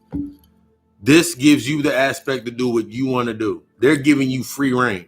They're showing you like everything from, look at the Avengers movie. Panic Broke said that shit and it like sparked my interest. And I went deeper into other movies. When Captain America passed this stuff on. Who did he pass it on to? The black guy. I don't know what to do with it. When Thor passed the shit on, he passed it on to the black chick, the white.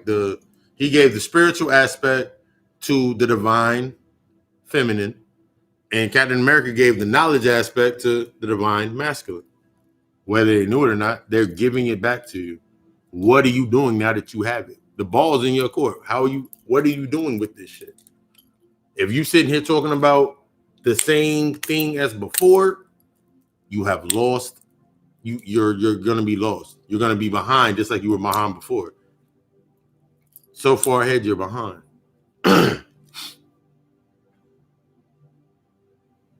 But yeah, that's what I was saying. God Hour Podcast, 6 a.m. every Tuesday. And especially for the Facebook, we got it on Facebook. I think this week I might. No. You're gonna have to wait.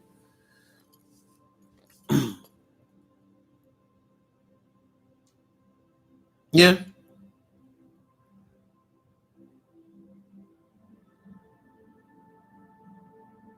Yeah.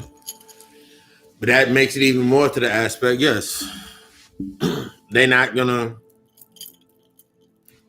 and that's just more for us. That's how I look at everything. Like, if someone doesn't understand something, or they're not coming into it, or they want to fight against it, I feed from that energy, from that aspect. Like, haha, that's my energy. You want to argue about putting on a mask? Cool. You want to argue about why we need the mask? Cool. I understand your points based on fear, and I understand your points based on fear. Simple. Y'all both have a fear aspect. You don't want to be conformed, and you fear coming from under being conformed. You want to both follow rules. You're constantly following the same rules this person is following. That's why they're on the polarity, arguing back and forth. I'm just gonna put the mask on and walk around and try to make my mask the fucking best. You mean I get to put on a hat, this, and a mask? You mean I get to look like my man off Mortal Kombat? The mercenary? I forgot his name. I can't think of his name right now. The mercenary of Mortal. You mean I can walk around looking like him all day? Sure. In the park? Nah, I can't do it in the park. Nah. Anywhere where there's trees, I'm gonna take it up. Like, the only time that I put on my mask is going into a store.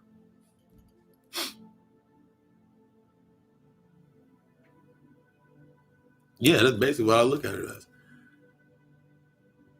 I only wear the mask in the store. There's like 2 stores that I go to that I put it on, and that's it. Everywhere else is like I'm not wearing it. It go right back in my back pocket, and I'm good. So it's like, it's not an aspect that somebody can put me into this. Someone can look at me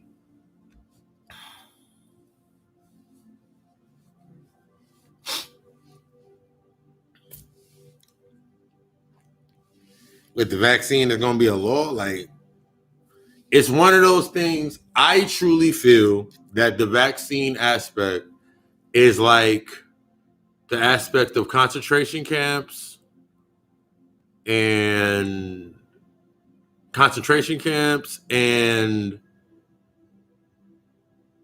put it under the same note. I put it under the same notes as concentration camps and shit like that. If they really wanted to put it out there, it would be done.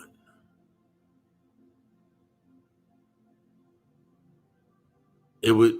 That's how I look at it. Like, I don't think about it in an aspect of creating a scenario in my mind, because I remember there was a couple months ago, somebody put up the video.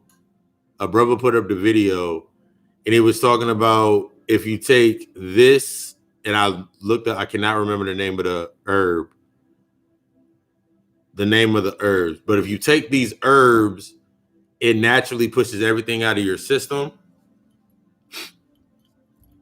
It not automatically pushes everything out of your system. Plus, it was like if you take anything, and if you take enough, I cannot remember the name of my herbs right now, but if you take enough of certain herbs, it's naturally going to push out anything that was put into your body that's not supposed to be there anyway. So if you're doing, I do normal cleanses anyway, like my regimen for myself anyway. So even if they did say you got it, that as well, yeah.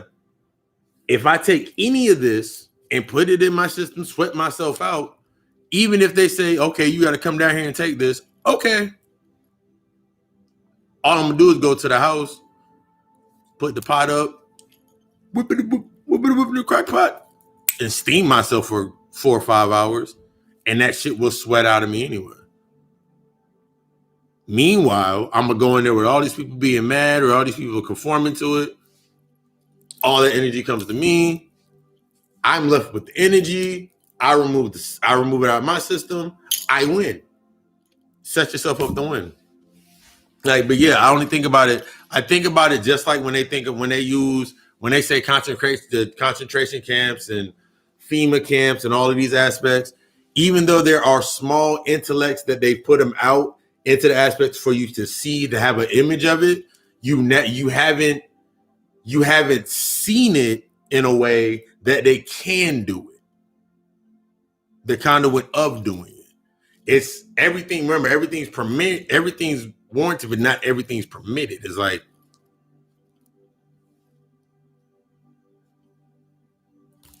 it's a big ass TV show.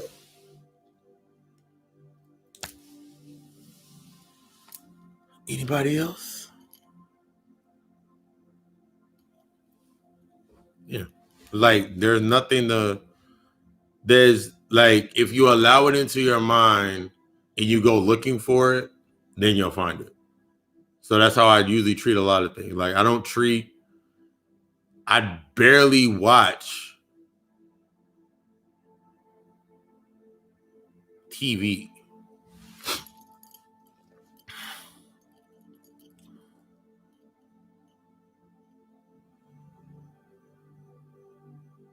Exactly. It's an aspect. That's the exact point. In the end, it will boil down to if you don't want it, you need to be prepared to live outside of society. So land, ability to grow and sustain your own food and currency. It's another aspect of when it happens, are you ready? What are you ready? What are you prepared to do? The one thing that I did agree one time with Killer Mike had said in y'all are prepared for a revolution. Y'all are looking at this external factor of an evolution of this revolution, but y'all having to evolve past the old fundamental. For me, I took it further. This older paradigm for yourself to revolve or evolve, you haven't even evolved. You haven't even evolved mentally to become ready for what the fuck you think that you need to do. That's like if I sat here right now, I was like, yo, I found a small town. Yeah. I found a small town and it costs this much for everybody. All we need is this much money to buy this small town that's vacant. There's nothing there. They got a store in there. They got a hospital in there. They have the infrastructure already there. All we have to do is fill it. But first we need the money to bring everything up to the everything up the standard, everything up to par. And then now we need the people to actually run these aspects. How many people you're going to hear 90 people had a conversation. Mm-hmm. That's a very key point. And then exactly your mindset should be like, when can I start investing in this? But you're going to hear 90 people talk about, this is what we're talking about. We need to protect this, bro. No, do not say protect me at all costs, because you niggas have a trauma complex and your energy has been tainted based on the oppression complex. So protecting me at all costs makes me a martyr. So that's one thing that I'm not even going. No, don't say that to me. All I want to say, all I need to hear, all that I'm going to respectfully going to answer to is, when am I going to invest? When am I going to invest? When is it going to be ready so we can invest? What do we need? Don't say protect me at all costs, because I'm not being a martyr for nothing. Study all, follow none. That's why I tell people, like, one of the biggest aspects that happen with a lot of people is when you come under one of these aspects to follow and you're not studying within it, you get stuck in this aspect, you become a martyr for that. I'm not becoming a martyr for anything. I am an occult psychologist. That's what I am.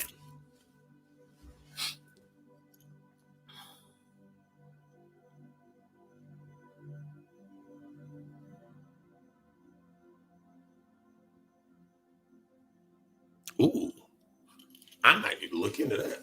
But this is the type of stuff is like, this is the type of stuff. Yeah, I don't know if y'all can see the comments of other people in the comments.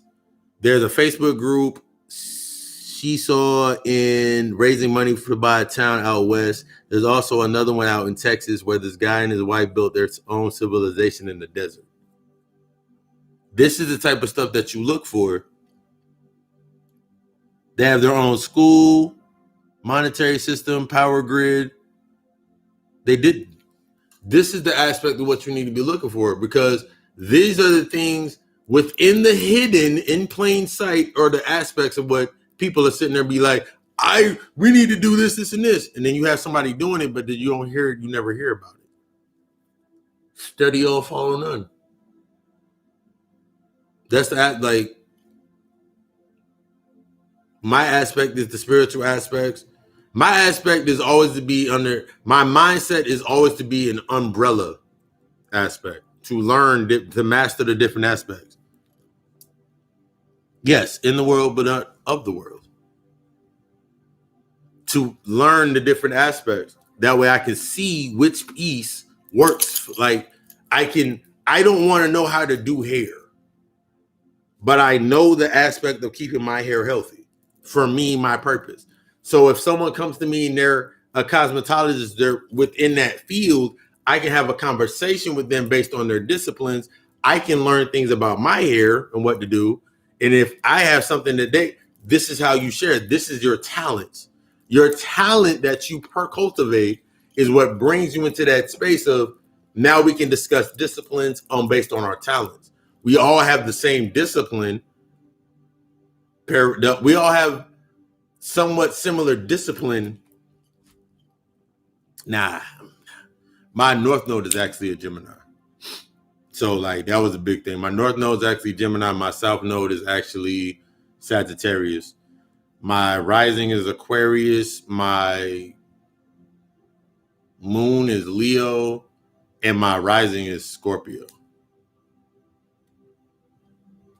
When I learned all the factors of my charts, not only just my standard chart, but I went to my start side reel and all my other charts and aspects before I started studying, doing it for others. I was like, I'm about to unlock all that. I just unlocked ultimate instinct on everybody. But the aspect of when you're moving into your spaces, what the hell was I saying?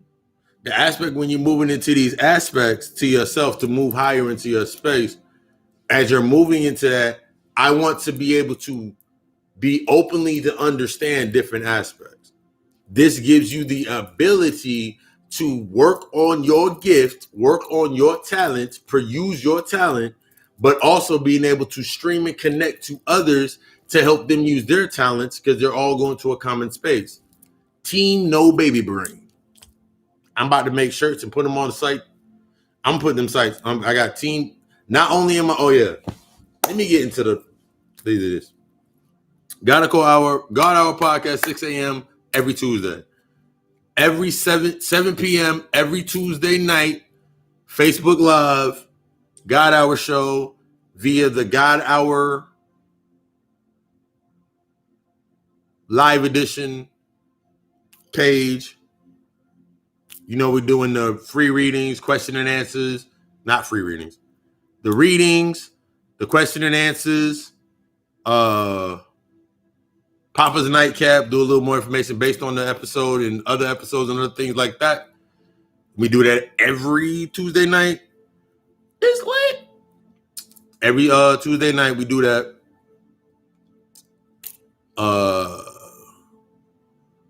I have not thought of something to do for IG Live because IG Live is so fucking weird to me. It's still foreign to me. I just got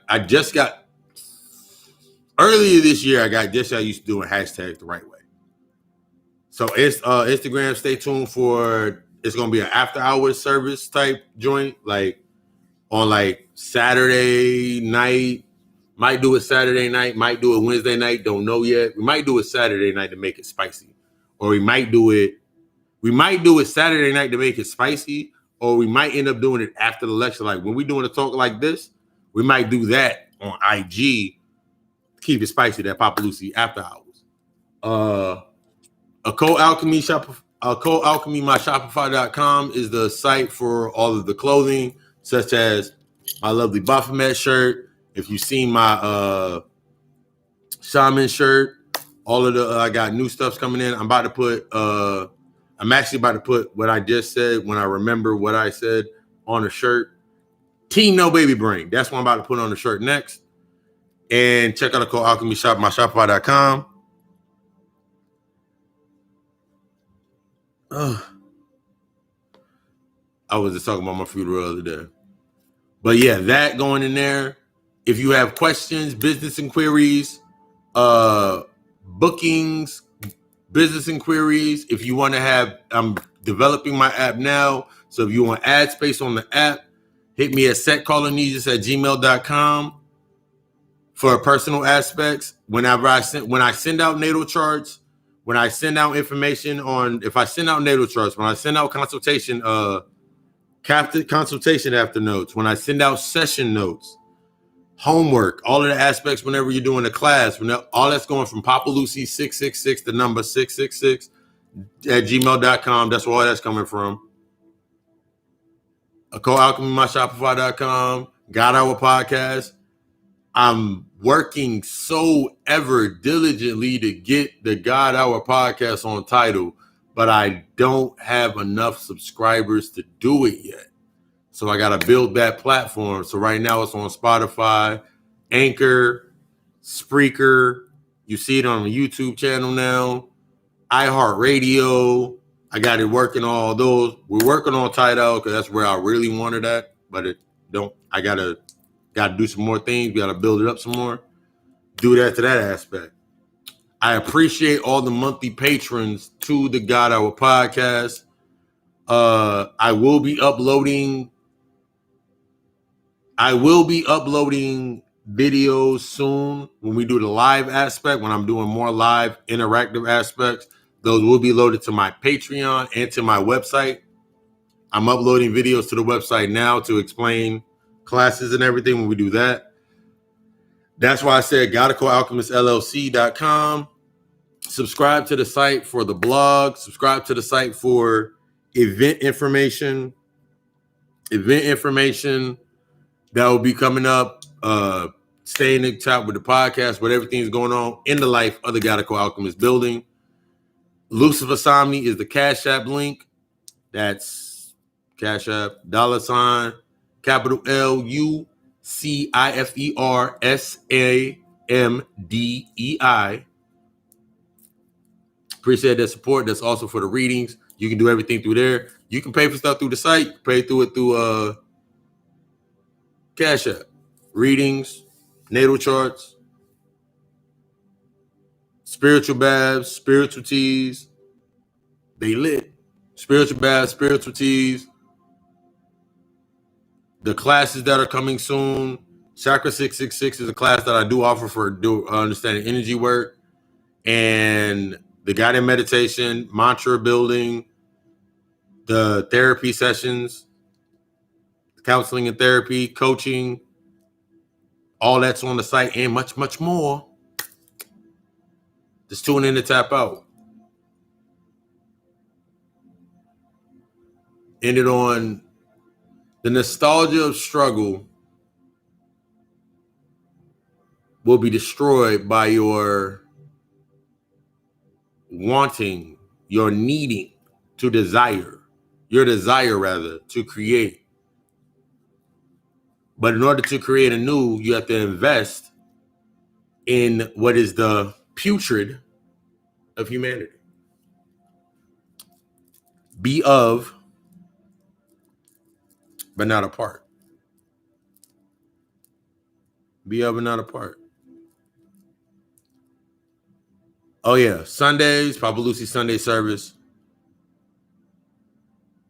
Yeah, Sundays, Papa Lucy Sunday service, 1 p.m. I think I'm gonna do another night show for Papa Lucy Sunday service. Just depending, I don't know yet. But yeah, stay tuned for that. Facebook Live exclusive on that as well. I really don't be giving nothing to Instagram. I gotta start giving stuff to Instagram. Oh yeah, Instagram got Meditate and Elevate Monday through Thursday. But yeah.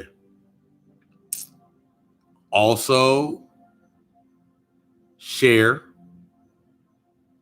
Let the knowledge do what it's supposed to do.